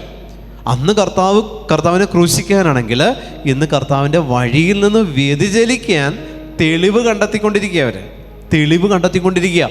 അവർ കണ്ടെത്തിയ തെളിവ് കുടുംബത്തിൽ അവർ അപ്ലൈ ചെയ്യും. അപ്പനോടും അമ്മയോടും മക്കൾ പറയും, നിങ്ങൾ വിശ്വസിക്കുന്ന കർത്താവ് എന്തുകൊണ്ട് എൻ്റെ ഈ കാര്യത്തിൽ ഇടപെട്ടില്ല? നിങ്ങൾ വിശ്വസിക്കുന്ന കർത്താവ് ദൈവമാണെങ്കിൽ എൻ്റെ ഈ കാര്യത്തിൽ ഇടപെട്ടേനെ. തെളിവ് കൊണ്ടെന്ന് മാതാപിതാക്കൾക്ക് കൊടുത്തു കർത്താവിനെ ക്രൂശിക്കാൻ. അതുകൊണ്ട് തന്നെ നമ്മുടെ മക്കൾ ഇന്ന് ദൈവത്തിൽ നിന്ന് ബഹുദൂരം പിന്നില. ഹല്ലേലൂയ, ഹല്ലേലൂയ, ഹല്ലേലൂയ, ഹല്ലേലൂയ. നമ്മുടെ മക്കൾ ഇന്ന് ഈശോയിൽ നിന്ന് ബഹുദൂരം പിന്നില്ല. ഈയിടെ ഒരു 8th പഠിക്കുന്ന ഒരു പെൺകുട്ടിയോട് സംസാരിച്ചപ്പോൾ അവൾ പറയുകയായിരുന്നു, ഞാൻ ചോദിച്ചു, നിൻ്റെ മനസ്സും മുഴുവൻ പാപത്തിൻ്റെ പങ്കിലമാണല്ലോ മോളെ, നീ എന്തിനാ ഇങ്ങനെ ചിന്തിച്ചുകൊണ്ട് നടക്കണമെന്ന് വെച്ചപ്പോൾ അവൾ പറയണത്, ബ്രദറിനറിയോ, എൻ്റെ ക്ലാസ്സിലെ 80% പെൺകുട്ടികളും, അവൾ ഗേൾസ് സ്കൂളിലാണ് പഠിക്കണേ, 80% പെൺകുട്ടികളും ലെസ്ബിയൻസാണ്. അപ്പോൾ ഞങ്ങളെ അപ്രോച്ച് ചെയ്യുന്ന രീതി, ഞങ്ങൾ ചെല്ലുമ്പോൾ എൻ്റെ അമ്മ പഠിപ്പിച്ച പ്രാർത്ഥനകളൊന്നും അവിടെ എനിക്ക് അപ്ലൈ ചെയ്യാൻ പറ്റാറില്ല. ഞാൻ ഇതുവരെ ശീലിച്ച പ്രാർത്ഥനാ രീതികളും കുടുംബ പ്രാർത്ഥനയിൽ നിന്ന് കിട്ടിയ ഒന്നും എനിക്ക് എൻ്റെ സ്കൂളിൽ എൻ്റെ കൂടെ ആയിരിക്കുന്ന കുട്ടികളുടെ അടുത്ത് എനിക്ക് അപ്ലൈ ചെയ്യാൻ പറ്റാറില്ല. കാരണം മെജോറിറ്റിയും ലെസ്ബിയൻസാണ്. ഇതിൽ തന്നെ മറ്റ് പാപങ്ങൾ ചെയ്യുന്ന കുട്ടികളുണ്ട്. അവരോട് കാര്യം പറഞ്ഞാൽ മനസ്സിലാവും ബ്രദറെ. പക്ഷേ ലെസ്ബിയൻസിൻ്റെ അടുത്ത് നമ്മളൊരു കാര്യം പറഞ്ഞാൽ അവർ 10 ചോദ്യം എതിരെ ചോദിക്കും. നമുക്ക് ആൻസർ ചെയ്യാൻ പറ്റില്ല. ഹല്ലേലൂയ. ഈ ഒരു അവസ്ഥയിലേക്ക് നമ്മുടെ മക്കൾ വീണുകൊണ്ടിരിക്കുമ്പോൾ ഏത് കാറ്റഗറിയിലാണ് നമ്മുടെ മക്കൾ നിൽക്കുന്നത് എന്നുള്ളതൊന്ന് ചിന്തിക്കണേ മാതാപിതാക്കൾ. നിങ്ങൾ ഏത് കാറ്റഗറിയിൽ, ഏതവസ്ഥയിൽ? 12 കൂട്ടത്തിൽ എണ്ണപ്പെട്ടപ്പോഴും യൂദാസിൻ്റെ ഗ്യാങ്ങിൽ പെടാം നമ്മുടെ മക്കൾ. നമ്മുടെ കുടുംബത്തിൽ പ്രാർത്ഥനയുണ്ടെങ്കിലും യൂദാസിൻ്റെ ഗ്യാങ്ങിൽപ്പെട്ട പ്രാർത്ഥനക്കാരും നമ്മുടെ കുടുംബത്തിൽ ഉണ്ടാകും പ്രിയപ്പെട്ടവരെ. 12 പേര് കർത്താവിൻ്റെ ശിഷ്യന്മാരായിട്ട് കർത്താവിന് വേണ്ടി ഓടുന്നവരുണ്ടെങ്കിൽ അതിലൊന്ന് യൂദാസിൻ്റെ ഗ്യാങ്ങിൽപ്പെട്ട് കർത്താവിന് വേണ്ടി ഓടുന്നു എന്ന് നടക്കുന്ന എന്ന് ചിന്തിക്കുന്ന ചില തിരഞ്ഞെടുക്കപ്പെട്ടവരുണ്ട് നമുക്കിടയിൽ. അതുകൊണ്ട് ഈശോ നമ്മളോട് പറയുന്നത് എന്താണെന്നറിയോ? വിവേചിച്ചറിയണം, വിവേചിച്ചറിയണം. സർപ്പങ്ങളെ പോലെ വിവേചിച്ചറിയണം. സർപ്പത്തോട് കർത്താവ് വിവേകത്തെ ഉപമിക്കാൻ കാര്യം എന്താ? പാപത്തെ പിടിക്കണമെങ്കിൽ, പാപികളെ മനസ്സിലാക്കണമെങ്കിൽ സർപ്പത്തിൻ്റെ വിവേകം കൂടെ നമുക്കുണ്ടാകണം. അതായത് ഇത് പാപമാണ് എന്നുള്ളത് മനസ്സിലാക്കണമെങ്കിൽ ഫുള്ളി പ്രാർത്ഥനയിലായിരിക്കുന്ന ഒരു വ്യക്തിയെ സംബന്ധിച്ച് നടക്കാതാകുമ്പോൾ ഈശോ പറയുന്നു, സർപ്പത്തിൻ്റെ ആ ഒരു കുതന്ത്രത്തെ കൂടെ നിൻ്റെ പ്രാർത്ഥനാ ജീവിതത്തിൽ നീ എടുത്തുപയോഗിക്കണം. എന്ന് വെച്ച് പാപം ചെയ്ത് പാപത്തെ മനസ്സിലാക്കാനല്ല, മറിച്ച് പാപം എന്താണെന്നുള്ളത് തിരിച്ചറിയാൻ പാപികളിലൂടെ നമ്മളൊന്ന് ചിന്തിക്കേണ്ടതുണ്ട്. പ്രിയമുള്ളവരെ, അവരുടെ വക, അവരുടെ വിഹിതത്തെ നിങ്ങൾ കേൾക്കാൻ ഇരുന്നു കൊടുക്കുമ്പോൾ നിങ്ങൾക്ക് മനസ്സിലാകും ഏത് റൂട്ടിലാണ് നമ്മുടെ കുടുംബത്തിലുള്ള യൂദാസിൻ്റെ ഗണം ഓടിക്കൊണ്ടിരിക്കുന്നതെന്ന് മനസ്സിലാക്കാൻ പറ്റും. നമ്മൾ ചിന്തിക്കും, ഇവർ പ്രാർത്ഥിക്കുന്നുണ്ടല്ലോ, കുടുംബ പ്രാർത്ഥനയിൽ സംബന്ധിക്കുന്നുണ്ട് എന്ന് നമ്മൾ ചിന്തിക്കും. പ്രാർത്ഥിക്കുന്നു എന്ന് ഞാൻ പറയുന്നില്ല, കുടുംബ പ്രാർത്ഥനയിൽ സംബന്ധിക്കുന്നു എന്ന് ചിന്തിക്കുന്നവരുണ്ടെങ്കിലും പ്രിയമുള്ളവരെ, 12 പേരിൽപ്പെട്ടവരാണെങ്കിലും യൂദാസിൻ്റെ ഗ്യാങ് ആയിരിക്കും. യൂദാസും 12 പേരിൽപ്പെട്ടതല്ലേ. അപ്പോൾ അതുകൊണ്ട് ഈശോ നമ്മളോട് പറയുന്നത്, നമ്മൾ ആയിരിക്കുന്ന അവസ്ഥകളിൽ, നമ്മൾ ചെയ്യുന്ന പ്രവൃത്തികളിൽ, നമ്മുടെ പ്രാർത്ഥനാ രീതികളിൽ നമ്മൾ ഫോളോ ചെയ്യുന്ന വിശ്വാസം എന്താണെന്നുള്ളതിനെക്കുറിച്ച് വ്യക്തതയോടുകൂടെ നിങ്ങൾ ചിന്തിക്കണം. നിങ്ങളൊന്നിരുന്ന് നിങ്ങളെക്കുറിച്ച് തന്നെ നിങ്ങളൊന്ന് ചിന്തിക്കണേ. നമ്മളെക്കുറിച്ച് തന്നെ നമ്മൾ ചിന്തിക്കണം. കാരണം എൻ്റെ ആത്മാവിൻ്റെ സേഫ്റ്റി എൻ്റെ ഉത്തരവാദിത്വമാണ്. ഹല്ലേലൂയ. ഞാൻ ഈ ഭൂമിയിലേക്ക് വന്നതും തനിച്ചാണ്, പോകുന്നതും തനിച്ചാണ്. ആരെല്ലാം നമുക്ക് വേണ്ടി പ്രാർത്ഥിച്ചാലും പ്രിയമുള്ളവരെ, പ്രാർത്ഥിക്കാൻ അറിയാവുന്ന ഒരുവൻ പാപത്തിൽ വീണാൽ അവന് വേണ്ടി ആരെല്ലാം പ്രാർത്ഥിച്ചിട്ടും ഒരു കാര്യമില്ല. നേരെ മറിച്ച് പ്രാർത്ഥനയില്ലാത്തൊരു വ്യക്തിയെ പാപത്തിൽ നിന്ന് വിടുവിക്കാൻ ആര് പ്രാർത്ഥിച്ചാലും അവിടെ റിസൾട്ട് കിട്ടുകയും ചെയ്യും. അതാണ് വ്യത്യാസം. പ്രാർത്ഥിക്കുന്ന വ്യക്തിയിലുള്ള പാപത്തിൻ്റെ പ്രത്യേകത അത് തിരുത്താൻ വലിയ പാടാണ്. പ്രാർത്ഥിക്കുന്ന വ്യക്തികളിൽ തെറ്റുണ്ടോ പ്രിയമുള്ളവരെ, അവരത് സമ്മതിച്ച് തരില്ല. അവരെ തിരുത്താൻ നോക്കിയാൽ ശരിയാവത്തുമില്ല. യൂദാസിനെ തിരുത്താൻ നോക്കി എത്രയോ പേര്, ശരിയായോ? ഇല്ല, ശരിയാകുന്നില്ല, ശരിയാവത്തില്ല. കാരണം എന്താ? ക്രിസ്തുവിൻ്റെ കൂടെ നടക്കുകയല്ലേ. എല്ലാം അറിയാം എന്നൊരു ധാരണ, ഭാവം, അഹം നമ്മളിലുണ്ട്. എല്ലാം ഓക്കെയാണ് എന്നൊരഹം നമ്മുടെ ഉള്ളിലുള്ളിടത്തോളം കാലം മറ്റുള്ളവരുടെ നന്മയെ, മറ്റുള്ളവരുടെ പറയുന്നതിലുള്ള നന്മയെ തിരിച്ചറിയാൻ പലപ്പോഴും നമ്മുടെ കണ്ണുകൾ മൂടപ്പെടും. തിരിച്ചറിയാൻ പറ്റാത്ത രീതിയിൽ നമ്മുടെ കണ്ണുകൾ മൂടപ്പെടും. ഹല്ലേലൂയ. വലതുകരമുയർത്തി ഹല്ലേലൂയ. വിശ്വാസത്തോടെ ഹല്ലേലൂയ. പ്രത്യാശയോടെ ഹല്ലേലൂയ. ഹല്ലേലൂയ. കുറച്ച് സമയം കൂടി കഴിയുമ്പോൾ നിങ്ങൾക്ക് ബ്രേക്ക് തരാം, ഉറങ്ങല്ലേ. ഹല്ലേലൂയ. ഹല്ലേലൂയ. നിങ്ങൾ ക്ലാസ്സിലിരിക്കുന്നത് ബ്രേക്കിന് വേണ്ടിയിട്ടാണ്, എനിക്ക് മനസ്സിലാകുന്നുണ്ട്. വചനം കേൾക്കാനല്ല, അടുത്ത ബ്രേക്ക് എപ്പോഴാണെന്ന് വിചാരിച്ചിരിക്കുന്നവരാ പലരും. കാരണം ക്ഷീണം കൊണ്ടായിരിക്കും. ഹല്ലേലൂയ. ഹല്ലേലൂയ. ഹല്ലേലൂയ. ഹല്ലേലൂയ. ഞങ്ങൾക്കതില്ലാത്ത ആൾക്കാരാണ്, ബാറ്ററിയിലാണ് ഓടുന്നത്, അതുകൊണ്ടായിരിക്കും. പ്രിയപ്പെട്ടവരെ, ഈശോയിലേക്ക് നമുക്ക് നമ്മളെ തന്നെ കൊടുക്കുമ്പോൾ രണ്ടാമത്തെ വാക്യം പറയുന്നു, അവർ ഇതറിഞ്ഞ് സന്തോഷിച്ച യേശുവിനെ ഒറ്റുകൊടുക്കാൻ വേണ്ടി പ്രധാന പുരോഹിതന്മാരുടെ അടുത്ത് ചെന്നു. യൂദാസ് ചെന്നത് പ്രധാന പുരോഹിതൻ്റെ അടുത്താണ്. ഒറ്റുകൊടുക്കാൻ ചെന്നത് പ്രധാന പുരോഹിതൻ്റെ അടുത്താണ്. ഏതെങ്കിലും മറ്റ് വ്യക്തിത്വങ്ങളിലേക്കോ പാപങ്ങളിലേക്കോ അല്ല, പൗരോഹിത്യത്തിലേക്കാണ് യൂദാസ് ചെല്ലുന്നത്. പൗരോഹിത്യത്തിലേക്ക് ഒറ്റുകൊടുക്കാൻ ഒറ്റുകാരൻ ചെന്നത് പ്രധാന പുരോഹിതൻ്റെ അടുത്ത്. പ്രധാന പുരോഹിതൻ ക്രിസ്തുവിനെതിരെ നിൽക്കുന്ന വ്യക്തി. അപ്പോൾ നമ്മളിൽ ഈ പ്രധാന പൗരോഹിത്യം രാജകീയ പുരോഹിത ഗണമായി എന്നിലും നിങ്ങളിലും ഉണ്ട്. ഹല്ലേലൂയ. പരിശുദ്ധ കുർബാന എന്ന് പറയുന്ന പ്രധാന പൗരോഹിത്യം അല്ലെങ്കിൽ രാജകീയ പൗരോഹിത്യം നമ്മളിലുണ്ട്. പ്രധാന പുരോഹിതൻ്റെ അടുത്ത് യൂദാസ് ചെന്നു. എന്തിനു വേണ്ടിയിട്ട്? ക്രിസ്തുവിനെ ഒറ്റിക്കൊടുക്കാൻ.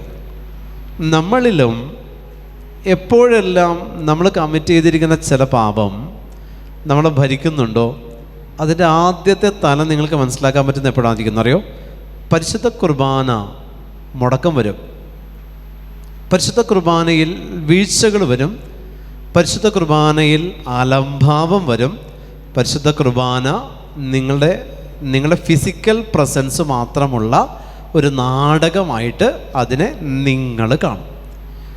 അങ്ങനെ ഒരവസ്ഥയിലേക്ക് പരിശുദ്ധ കുർബാനയെ നിങ്ങൾ വീക്ഷിക്കുന്നുണ്ടെങ്കിൽ യൂദാസ് പ്രധാന പുരോഹിതൻ്റെ അടുത്തെത്തി എന്ന് നമുക്ക് ഉറപ്പിക്കാം. യൂദാസ് പ്രധാന പുരോഹിതൻ്റെ അടുത്തെത്തി. യേശുവിനെ ഒറ്റുകൊടുത്തിട്ട് വേണ്ട പ്രധാന പുരോഹിതൻ യേശു ആരാണെന്ന് തിരിച്ചറിയാൻ. പക്ഷേ എല്ലാം എഴുതപ്പെട്ടതുപോലെ നടന്നേ പറ്റൂ, എല്ലാം എഴുതപ്പെട്ടിരിക്കുന്നത് പോലെ നടന്നേ പറ്റുള്ളൂ.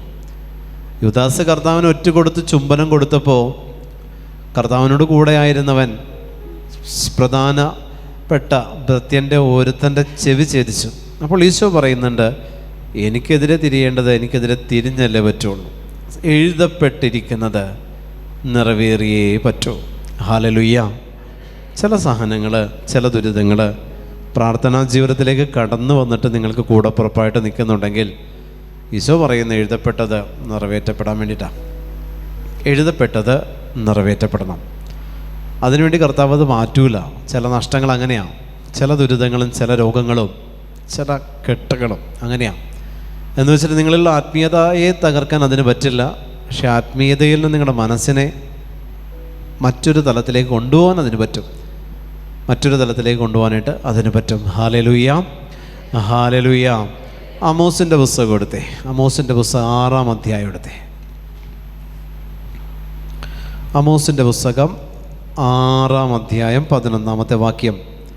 ദൈവമായ കർത്താവ് അരുളി ചെയ്യുന്നു, ദേശത്ത് ഞാൻ ക്ഷാമമയക്കുന്ന നാളുകൾ വരുന്നു.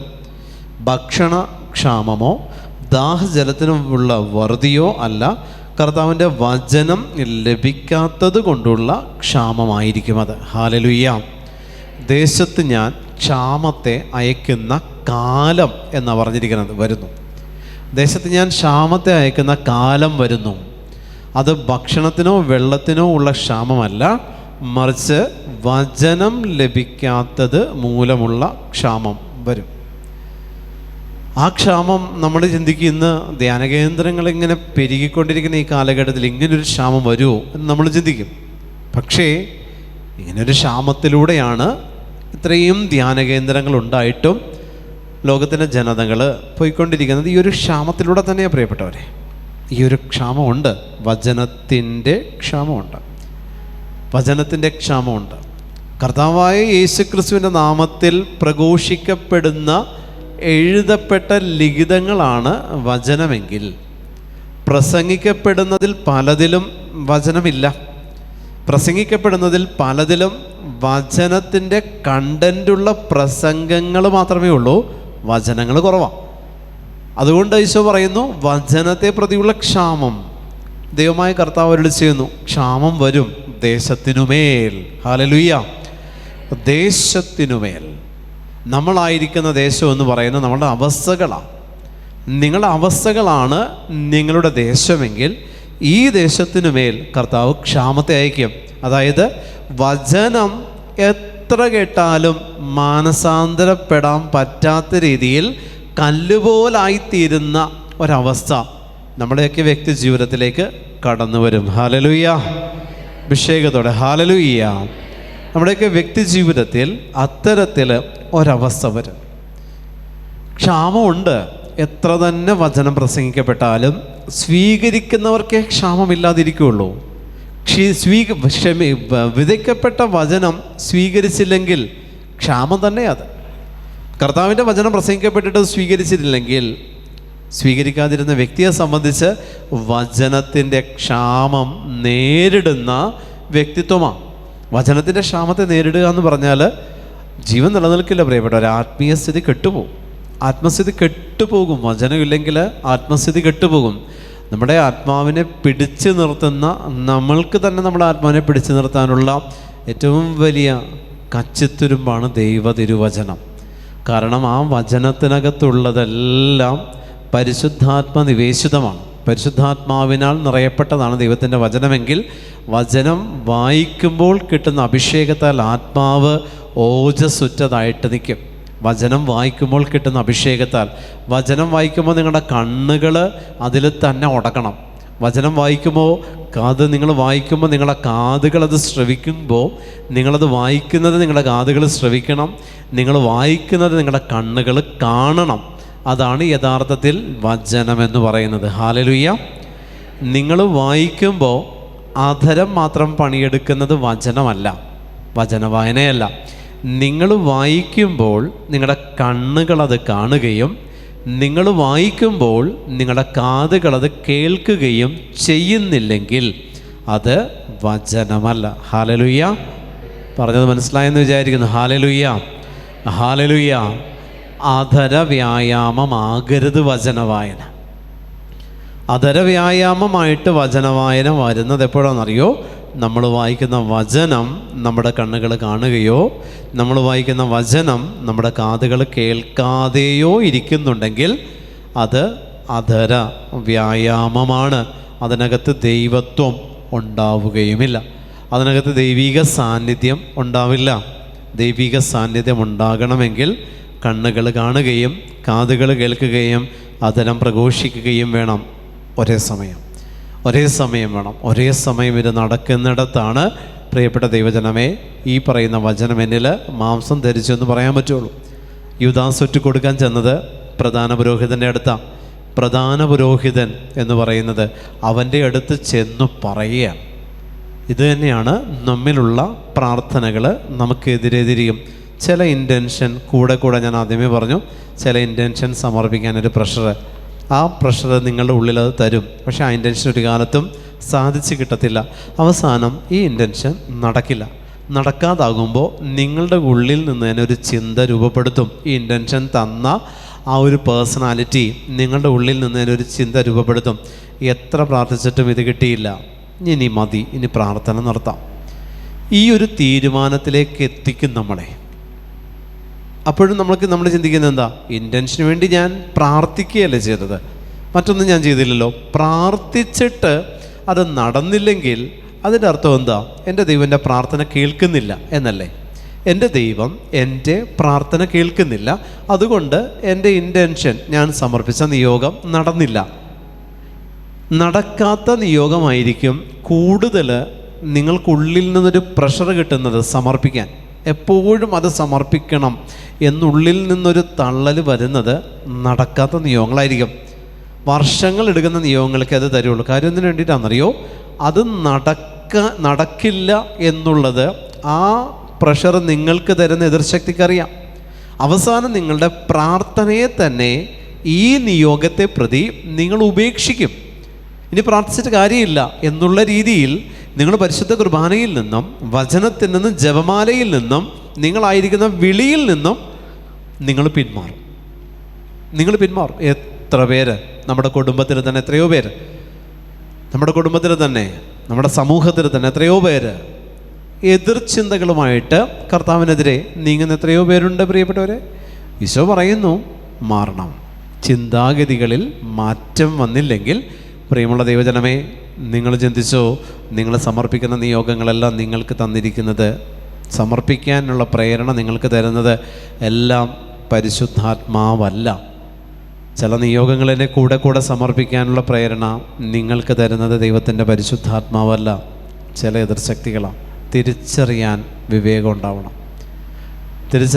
വിവേകം ഉണ്ടാകണം. അത് നിങ്ങളുടെ പ്രാർത്ഥനാ ജീവിതത്തെ കെടുത്താൻ സാത്താൻ ഒരുക്കി വെച്ചിരിക്കുന്ന കെണിയാണ് ചില നിയോഗങ്ങൾ. അവൻ പക്ഷേ പ്രേരണ തരുന്നത് പ്രാർത്ഥിക്കാനായിരിക്കും. കാരണം എന്താണെന്നറിയോ?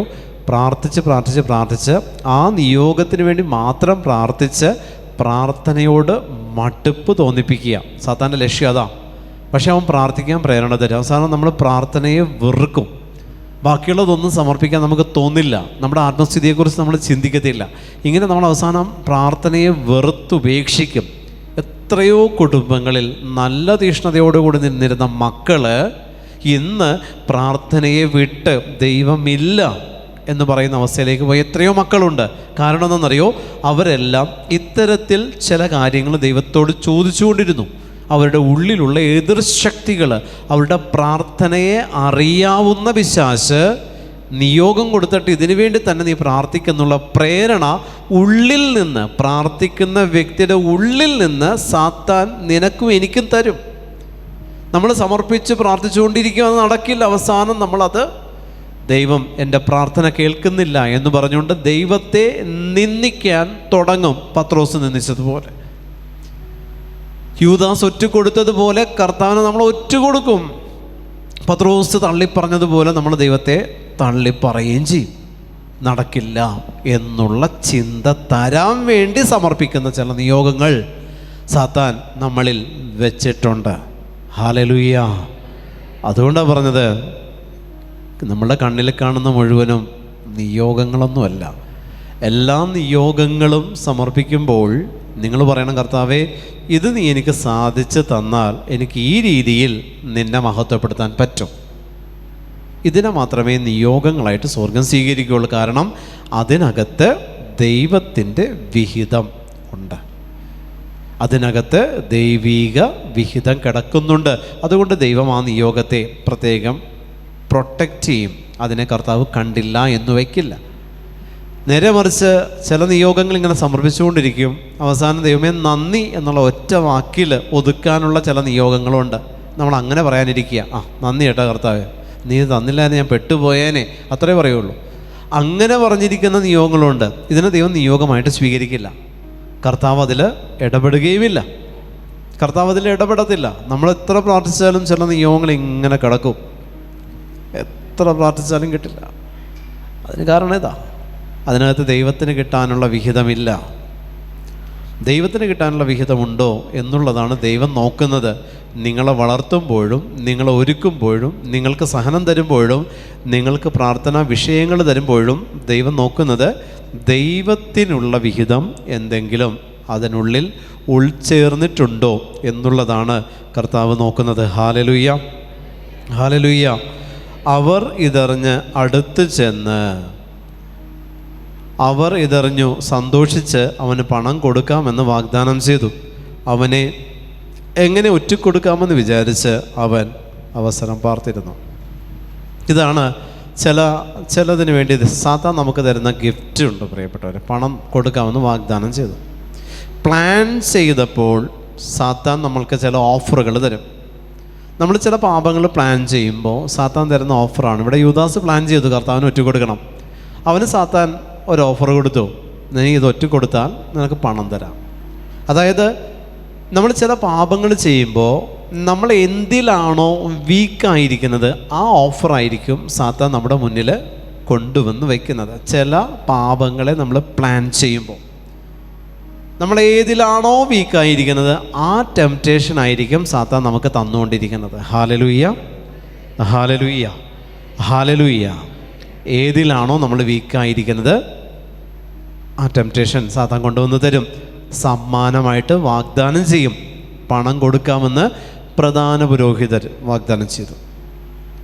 പ്രിയമുള്ള ദൈവജനമേ, ഈശോ നമുക്ക് തന്നിരിക്കുന്ന കൃപ വിറ്റ് കാശാക്കരുത്. ഈശോ നമുക്ക് തന്നിരിക്കുന്ന കൃപ, യൂദാസിന് ദൈവം കൊടുത്ത കൃപ വിറ്റവൻ 30 വെള്ളിക്കാശാക്കി.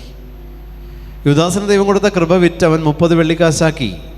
അതവൻ ഉപയോഗിക്കാൻ പറ്റിയില്ല. അവൻ ദേവാലയത്തിലേക്ക് തന്നെ അത് വലിച്ചെറിഞ്ഞു എന്നുള്ളതാണ് വചനം സാക്ഷ്യപ്പെടുത്തുന്നത്. ദേവാലയത്തിൽ വസിക്കുന്നവനെ ഒറ്റിക്കൊടുത്ത് കിട്ടിയ വിഹിതം ദേവാലയത്തിലേക്ക് അവൻ വലിച്ചെറിഞ്ഞു. ദേവാലയത്തെ വിശുദ്ധീകരിച്ചവനെ ഒറ്റിക്കൊടുത്ത് കിട്ടിയ വിഹിതം ദേവാലയത്തിലേക്ക് അവൻ വലിച്ചെറിഞ്ഞു. ഏത് വൃക്ഷത്തിലൂടെ പാപം കടന്നു വന്നുവോ ആ വൃക്ഷത്തിൽ അവൻ ഒടുങ്ങി എന്നുള്ളതാണ്. ഹല്ലേലൂയ. യൂദാസിൻ്റെ മരണം നമ്മളെടുത്താൽ അവൻ കെട്ടി തൂങ്ങിച്ചത്തും. അവൻ ഉപയോഗിച്ച വൃക്ഷം കെട്ടിത്തൂങ്ങാൻ. ഈ വൃക്ഷം ആദി പാപവുമായിട്ട്, നമ്മുടെ ആദ്യ മാതാപിതാക്കന്മാരെ പാപത്തിലേക്ക് നയിച്ച വൃക്ഷവുമായിട്ട് അതിനൊരു കണക്ഷനുണ്ട്.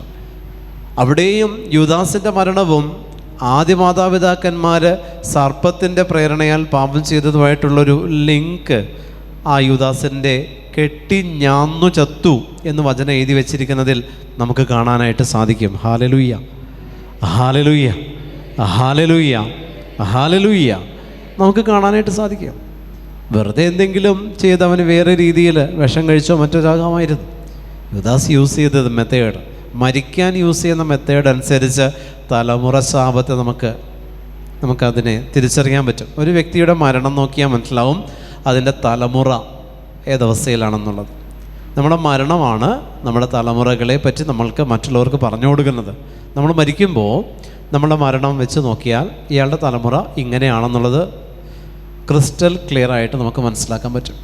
ഒരു വ്യക്തി ഒരു സമൂഹത്തിൽ മരിച്ചാൽ, ഒരു വ്യക്തി ഒരു കുടുംബത്തിൽ മരിച്ചാൽ ആ കുടുംബത്തോട് പറയാൻ പറ്റും, ഇതിനു വേണ്ടി പ്രാർത്ഥിച്ചു. ചില മരണങ്ങൾ എന്നെ വിളിച്ച് പറയുമ്പോൾ പറഞ്ഞ ആളോട് ഞാൻ പറയും, ഇന്ന തലമുറയിൽ ഇന്ന പാപത്തിൻ്റെ മേഖല വിശുദ്ധീകരിക്കപ്പെടാനുണ്ട്, നിങ്ങൾ പ്രാർത്ഥിക്കണം, നിങ്ങളുടെ കുടുംബം ഈ ഒരു അവസ്ഥ മാറാൻ വേണ്ടി പ്രാർത്ഥിക്കണം എന്ന് പറഞ്ഞു കൊടുക്കും. അവർക്ക് ഈ മരണം ആയിട്ട് ബന്ധപ്പെട്ടാണ് ഞാനിത് പറയുന്നതെന്ന് അവർക്ക് അറിയത്തില്ല. പക്ഷേ അവർ മരണത്തിൻ്റെ ചില മെസ്സേജ് എനിക്ക് വിടുമ്പോൾ ഞാനിത് പറയും. കാരണം മരണമാണ് അവരുടെ കുടുംബത്തിൻ്റെ അവസ്ഥ എന്താണെന്നുള്ളത് വെളിപ്പെടുത്തി തരുന്നത്. മരണമാണ് അവരുടെ തലമുറകളുടെ അവസ്ഥ എന്താണെന്നുള്ളത് വെളിപ്പെടുത്തി തരുന്നത്. ജീവിച്ചിരിക്കുമ്പോൾ ഞാനും നിങ്ങളും പല അഭിനയവും അഭിനയിക്കും. മറ്റുള്ളവരുടെ മുമ്പിൽ നമ്മൾ ഇങ്ങനെ നല്ല പിള്ള ചമഞ്ഞ് അഭിനയിക്കുകയൊക്കെ ചെയ്യും. പക്ഷേ മരണം അത് വിളിച്ചു പറയും. നമ്മൾ എന്താണെന്നുള്ളത് നമ്മളെ മരണം വിളിച്ചു പറയും. കൃപയുള്ളവർക്കത് മനസ്സിലാക്കാനും പറ്റും. മരണം വിളിച്ചു പറയും നീ എന്താണെന്നുള്ളത്. നിൻ്റെ മരണമാണ് നീ എന്താണെന്നുള്ളത് വിളിച്ചു പറയുന്നത്. ഹല്ലേലൂയ, ഹല്ലേലൂയ, ഹല്ലേലൂയ. അതുകൊണ്ട് എല്ലാ വിശുദ്ധരും ഏറ്റവും കൂടുതൽ ഭയക്കുന്നത് അവരുടെ മരണസമയമാണ്.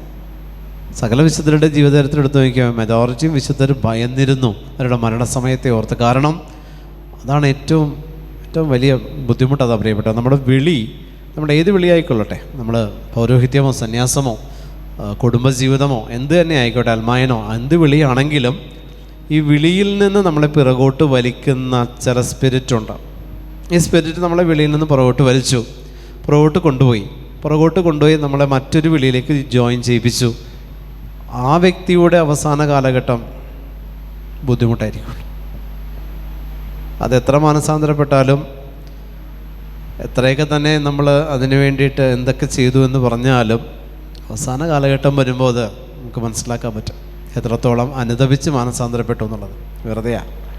അതിനു വേണ്ടിയിട്ട് എത്ര പുണ്യം ഓപ്പോസിറ്റ് സൈഡിൽ ചെയ്യാമെന്ന് നമ്മൾ ഓഫർ കൊടുത്താലും വെറുതെയാണ്. അവസാന കാലഘട്ടം ദുരിതമായിരിക്കും. അപ്പം അതുകൊണ്ട് നമ്മുടെ മരണത്തെക്കുറിച്ച് ഓർത്താണ് നമ്മൾ പലതിനെയും തിരുത്തേണ്ടത്. നമ്മുടെ മരണത്തെക്കുറിച്ച് ഓർക്കുമ്പോൾ നമ്മൾ പലതിനെയും തിരുത്തും. നമ്മുടെ പല ശീലങ്ങളും മാറ്റിവെക്കാൻ നമ്മൾ തയ്യാറാകും. ദുശീലങ്ങൾ.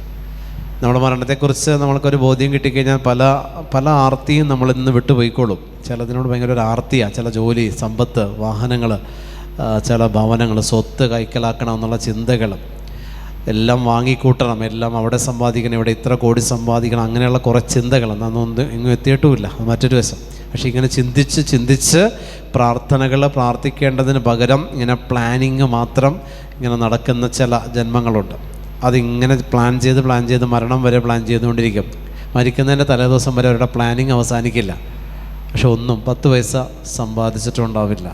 അരൂപിയ അവരെ കൺട്രോൾ ചെയ്യുന്ന അരൂപിയ. കാരണം പ്രാർത്ഥിക്കാൻ സമയം കണ്ടെത്തില്ല, പകരം പ്ലാനിങ്ങിനാണ് സമയം കണ്ടെത്തിയിരിക്കുന്നത്. ബുദ്ധി കൊണ്ടുള്ള അധ്വാനമാണ്, ആത്മാവിലുള്ള അധ്വാനം അവരിൽ ഉണ്ടാവില്ല. ബുദ്ധി കൊണ്ട് കുറേ അധ്വാനിക്കും, മെനക്കെടും.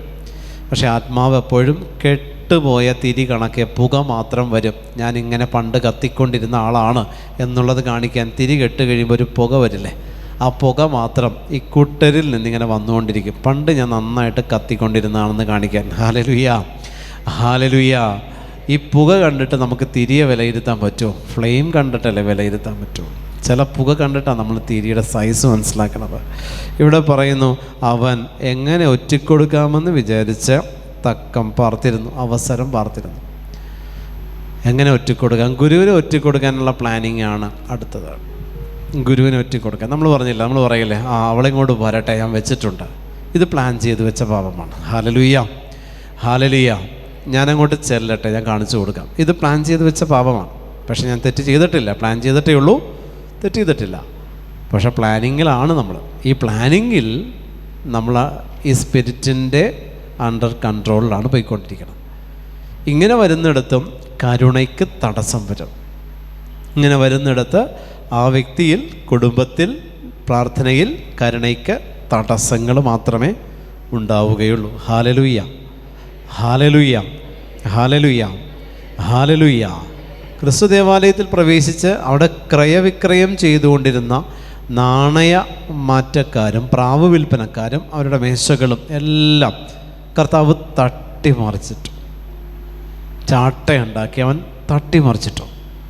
പ്രിയമുള്ള ദൈവജനമേ, ക്രിസ്തു ദേവാലയത്തിൽ പ്രവേശിച്ച് എന്താണ് കരുണ എന്ന് പറയുന്നത്? ഞാനും നിങ്ങളുമാകുന്ന ഫിസിക്കൽ ഈ ദൈവത്തിൻ്റെ ആലയമാകുന്ന ഈ ശരീരത്തിലേക്ക് ക്രിസ്തു പ്രവേശിക്കാൻ പെർമിഷൻ കൊടുക്കണമെങ്കിൽ നമ്മൾ ലോകം പ്രവേശിക്കുന്ന സാഹചര്യങ്ങളെ ബ്ലോക്ക് ചെയ്യണം. പ്രത്യേകിച്ച് ഉപവാസം. ലോകം പ്രവേശിക്കുന്ന, നമ്മുടെ ശരീരത്തിലേക്ക് ലോകാരൂപി പ്രവേശിക്കുന്ന ഏറ്റവും വലിയ ഒരു ചാലകമാണ് ഭക്ഷണം. ഏറ്റവും വലിയ ചാലകം ഭക്ഷണമാണ്. അതിനോട് നമ്മൾ ചിലത് തിന്നാൻ വേണ്ടി ജീവിക്കുന്ന ചില ജന്മങ്ങളുണ്ട്.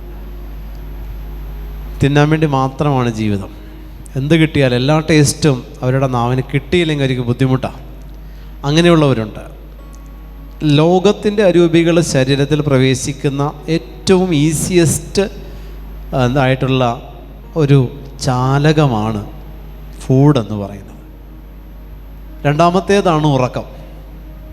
ഇതിനെ രണ്ടിനെ നമ്മൾ കൺട്രോൾ ചെയ്യണം. ഇത് രണ്ടും കൺട്രോൾ ചെയ്താൽ പരിശുദ്ധാത്മാവ് പ്രവർത്തിച്ചു തുടങ്ങും.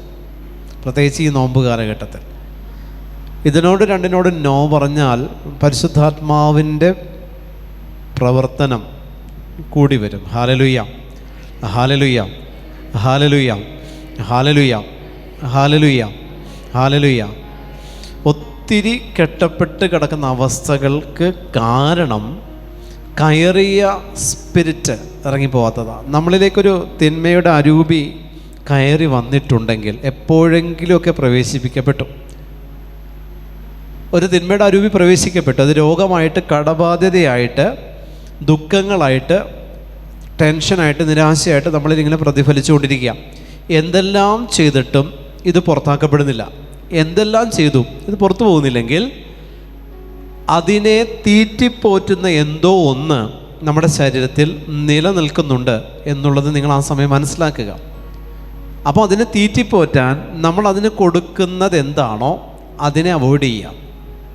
അതിനെ തീറ്റിപ്പോറ്റാൻ ലോകത്തിൽ നിന്ന് കിട്ടാവുന്നതെല്ലാം നിങ്ങളൊന്ന് ബ്ലോക്ക് ചെയ്ത് നോക്കിയേ. കുറച്ച് നാളത്തേക്ക്, ഒരു നിശ്ചിത കാലഘട്ടത്തിലേക്ക് ലോകത്തിൽ നിന്ന് കിട്ടാവുന്നതിൻ്റെ ക്വാണ്ടിറ്റി നിങ്ങൾ കുറച്ച് ആ സമയം ദൈവത്തിൽ നിന്ന് കിട്ടാവുന്ന പ്രാർത്ഥനയുടെ ക്വാണ്ടിറ്റി കൂട്ടി നോക്കുക. പല കാര്യങ്ങളും നടക്കും. നേരെ മറിച്ച് ലോകത്തിൽ നിന്ന് കിട്ടാവുന്നതിൻ്റെ ക്വാണ്ടിറ്റി കുറക്കാതെ പ്രാർത്ഥന കൂട്ടിയാൽ ആ പ്രാർത്ഥന ഒരിക്കലും ഫലം കാണില്ല. ഹല്ലേലൂയ. പ്രാർത്ഥിക്കുമ്പോൾ പ്രാർത്ഥനയ്ക്ക് ഇരട്ടി സ്പീഡ് കിട്ടണമെങ്കിൽ ലോകത്തിൽ നിന്ന് കിട്ടാവുന്ന വിഹിതത്തെ ബ്ലോക്ക് ചെയ്തിട്ട് നിങ്ങൾ പ്രാർത്ഥിക്കുക. അതാണ് ഉപവാസം. അതാണ് ഉപവാസം. ഈ വലിയ നോമ്പിൻ്റെ ഈ ഏതാണ്ട് 10-50 ദിവസം നമ്മൾ പ്രാർത്ഥിക്കുമ്പോൾ പ്രിയപ്പെട്ടവരെ, റിസൾട്ട് ദൈവം വർഷത്തിലൊരു നൊയമ്പ് കാലഘട്ടം നമുക്ക് തന്നെ എന്തിനു വേണ്ടിയിട്ടാണ്? ഒരു വർഷത്തെ നമ്മളുടേതായിട്ടുള്ളതെല്ലാം നമ്മളതിനെ പ്യൂരിഫൈ ചെയ്യാനുള്ള കാലഘട്ടമാണത്. ആ ഒരു വർഷത്തെ നമ്മളുടെ സകല പാപത്തിൻ്റെ എൻട്രികളെയും ബ്ലോക്ക് ചെയ്ത് പരിശുദ്ധാത്മാവ് പ്രവർത്തിക്കാൻ ദൈവം തന്നിരിക്കുന്ന ദിവസങ്ങളാണ്. ആ ദിവസങ്ങളിൽ അത്രയും നിങ്ങൾ പരിശുദ്ധാത്മാവിന് പ്രവർത്തിക്കാനുള്ള അറ്റ്മോസ്ഫിയർ നിങ്ങളുടെ ശരീരത്തിലും ആത്മാവിലും മനസ്സിലും ഹൃദയത്തിലും വിചാരങ്ങളിലും വികാരങ്ങളിലും നിങ്ങൾ നിക്ഷേപിക്കണം, അല്ലെങ്കിൽ കണ്ടെത്തണം. പരിശുദ്ധാത്മാവിന് പ്രവർത്തിക്കാൻ ഒരു അറ്റ്മോസ്ഫിയർ നിങ്ങൾ ക്രിയേറ്റ് ചെയ്യണം. അങ്ങനെ ക്രിയേറ്റ് ചെയ്തിട്ടുണ്ടെങ്കിൽ നിങ്ങൾ ഭക്ഷണത്തോട് നോ പറയണം. ഞാൻ എൻ്റെ ഇവിടെ തന്നെ എത്രയോ ധ്യാനങ്ങളിൽ ഞാൻ പറഞ്ഞു, നമ്മുടെയൊക്കെ വില്ലൻ ഭക്ഷണമാണ്. നമ്മുടെ എല്ലാവരുടെയും വില്ലൻ ഭക്ഷണമാണ്. കാരണം നിങ്ങൾ അറിയുന്നില്ല അതിലൂടെ എത്ര ഡസൻ കണക്കിന് സ്പിരിറ്റാണ് പ്രവേശിക്കുന്നത്. അതിനോട് ആർത്തി കൂടുന്തോറും ഈ സ്പിരിറ്റിനെ വെൽക്കം ചെയ്യുന്ന ബോർഡും പിടിച്ചുകൊണ്ട് നിൽക്കുന്ന ആൾക്കാരായിട്ട് നമ്മൾ മാറുക. ആ ആർത്തി, അത് ഉറക്കമാണെങ്കിലും ഭക്ഷണമാണെങ്കിലും ഓൺലൈൻ സ്പിരിറ്റ് ആണെങ്കിലും എന്ത് തന്നെയാണെങ്കിലും ലോകാരൂപിയാണെങ്കിലും ജഡമാണെങ്കിലും ഒരു ആർത്തി ഫോം ചെയ്യുന്നുണ്ടോ, അതിനെ വെൽക്കം ചെയ്യാൻ നമ്മുടെ ശരീരം റെഡി എന്നുള്ളതാണ്.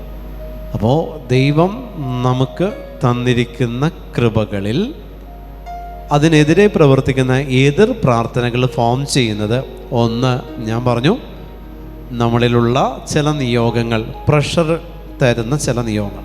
ഇത് ഈ നിയോഗം സമർപ്പിക്കുക.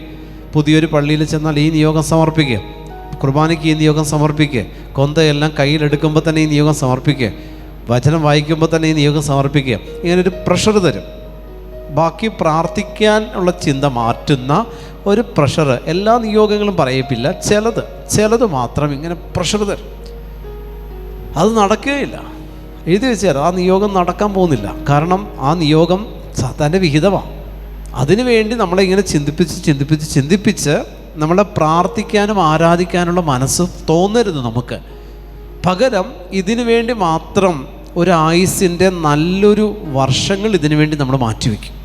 ചില വ്യക്തികൾ 5-6 വർഷമൊക്കെ ചില നിയോഗങ്ങൾ സമർപ്പിച്ച് പ്രാർത്ഥിക്കും. പ്രത്യേകിച്ച് വീടൊന്നും കിട്ടാത്തവർ വർഷങ്ങൾ. ഒരു അമ്മ വന്നിട്ട് എന്നോട് പറഞ്ഞു, 22 വർഷമായി ഞാൻ പ്രാർത്ഥിക്കുന്നു ഒരു ഭവനം കിട്ടാൻ സ്വന്തമായിട്ട്. പ്രിയമുള്ളവരെ, 22 വർഷം ഈ അമ്മ പറഞ്ഞതാ, ഒരു ഭവനം കിട്ടാൻ 22 വർഷം. ഞാൻ ചോദിച്ചു, 22 വർഷം നന്നായിട്ട് പ്രാർത്ഥിച്ചോ? ഞാൻ വളരെ നന്നായിട്ട് പ്രാർത്ഥിച്ചു. അപ്പോൾ ഞാൻ എങ്ങനെയാണ് പ്രാർത്ഥിച്ചത്? എൻ്റെ കുർബാനയും എൻ്റെ ആരാധനകളും എൻ്റെ ജപമാലയും എൻ്റെ വചനവും ഞാൻ ചെയ്യുന്ന സകല പുണ്യപ്രവൃത്തികളും വീട് കിട്ടാൻ വേണ്ടി ഞാൻ കാഴ്ചവെച്ചു. അപ്പോൾ 22 വർഷമായിട്ട് ദൈവത്തിന് ആരാധന ഈ സ്ത്രീ കൊടുത്തിട്ടില്ല. സകലതും ഈ സ്ത്രീ ആരാധിച്ചത് എന്തിനെയാണ്? വീട് കിട്ടണം. ഈ നിയോഗത്തിന് ആരാധിച്ചുകൊണ്ടിരുന്നു 22 വർഷമായിട്ട്. ഇനി റിട്ടയർമെൻറ്റിലേക്ക്, അതായത് പെട്ടിയിലേക്ക് എടുക്കാൻ ഏതാനും വർഷങ്ങളേ ഉള്ളൂ അമ്മയുടെ പ്രായം വെച്ചിട്ട്. ഇനി ബാക്കിയുള്ള ഈ ശിഷ്ടകാലം ഓർമ്മക്കുറവും മുട്ട് നിൽക്കാൻ പറ്റാത്ത രീതിയിൽ ബലക്ഷയവും ഒക്കെ ആയിരിക്കുന്ന ഈ സ്ത്രീ എങ്ങനെ ദൈവത്തെ മഹത്വപ്പെടുത്തും? ആ ഓർമ്മയും ആരോഗ്യവും ഉണ്ടായിരുന്ന സമയത്തെല്ലാം സ്പിരിറ്റ് എന്തെടുത്തു? ഇവരെ കൊണ്ട് റൂട്ട് മാറ്റി പ്രാർത്ഥിപ്പിച്ചു. ആരോഗ്യം ക്ഷയിച്ച് കഴിയുമ്പോൾ പിന്നെ ഈ അരൂപികൾ നമ്മളിൽ നിന്ന് പതുക്കെ ഇറങ്ങി മക്കളിലേക്ക് പ്രവേശിക്കും. ആരോഗ്യം കെട്ട് കഴിയുമ്പോൾ നമ്മളെ പിന്നെ ഒരവസ്ഥയിലേക്ക് നമ്മൾ പ്രവേശിക്കുക. വയസ്സൻ എന്ന് പറയുന്ന, കിളവി എന്ന് പറയുന്ന ഒരവസ്ഥയിലേക്ക് നമ്മൾ പ്രവേശിച്ചു. അവിടെ നമ്മളെ കൊണ്ട് ഇങ്ങനെ ഇരുന്ന് പ്രാർത്ഥിപ്പിക്കും. ഒരു ഗുണവുമില്ല. നല്ല ആരോഗ്യമുള്ള സമയത്ത് മുട്ടുമേ നിന്നില്ല, നല്ല ആരോഗ്യമുള്ള സമയത്ത് ഉപവസിച്ചില്ല, ഇപ്പോൾ ഭക്ഷണം കഴിക്കാൻ പറ്റുന്നില്ല. അപ്പോൾ അതിനെ നമ്മൾ ഉപവാസിക്കാം എന്നുള്ള പേരിട്ട് വിളിക്കുകയും ചെയ്യും. ദൈവം സ്വീകരിക്കുമോ? ഇല്ല. ഒരായുസ് തീർന്ന വഴി നോക്കിയേ നിങ്ങൾ. ഈ ഒരായുസിൽ ഈ അമ്മ ശുദ്ധീകരണ സ്ഥലം ഒഴിവാക്കേണ്ട ആ 22 വർഷത്തെ പ്രാർത്ഥനയാണ് ഒരൊറ്റ നിയോഗം കൊണ്ടുപോയി തീർത്തത്.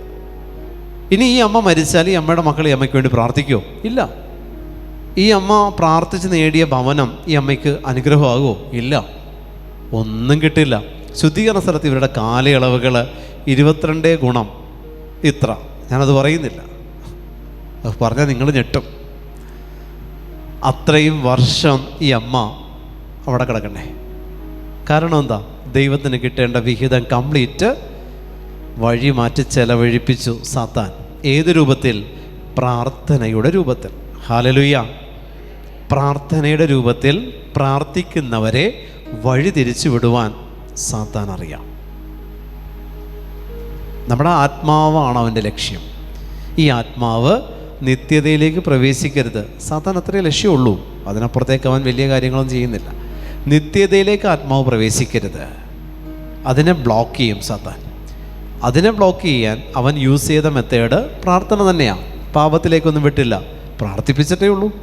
പക്ഷെ പ്രാർത്ഥന കംപ്ലീറ്റ് ചെയ്യിപ്പിച്ചത് എതിർശക്തിയാണ്. ഹല്ലേലൂയ, ഹല്ലേലൂയ. നമുക്ക് എഴുന്നേറ്റ് നിൽക്കാം. നിങ്ങൾ ആഗ്രഹിച്ച ബ്രേക്കിലേക്ക് നമ്മൾ പ്രവേശിക്കുക.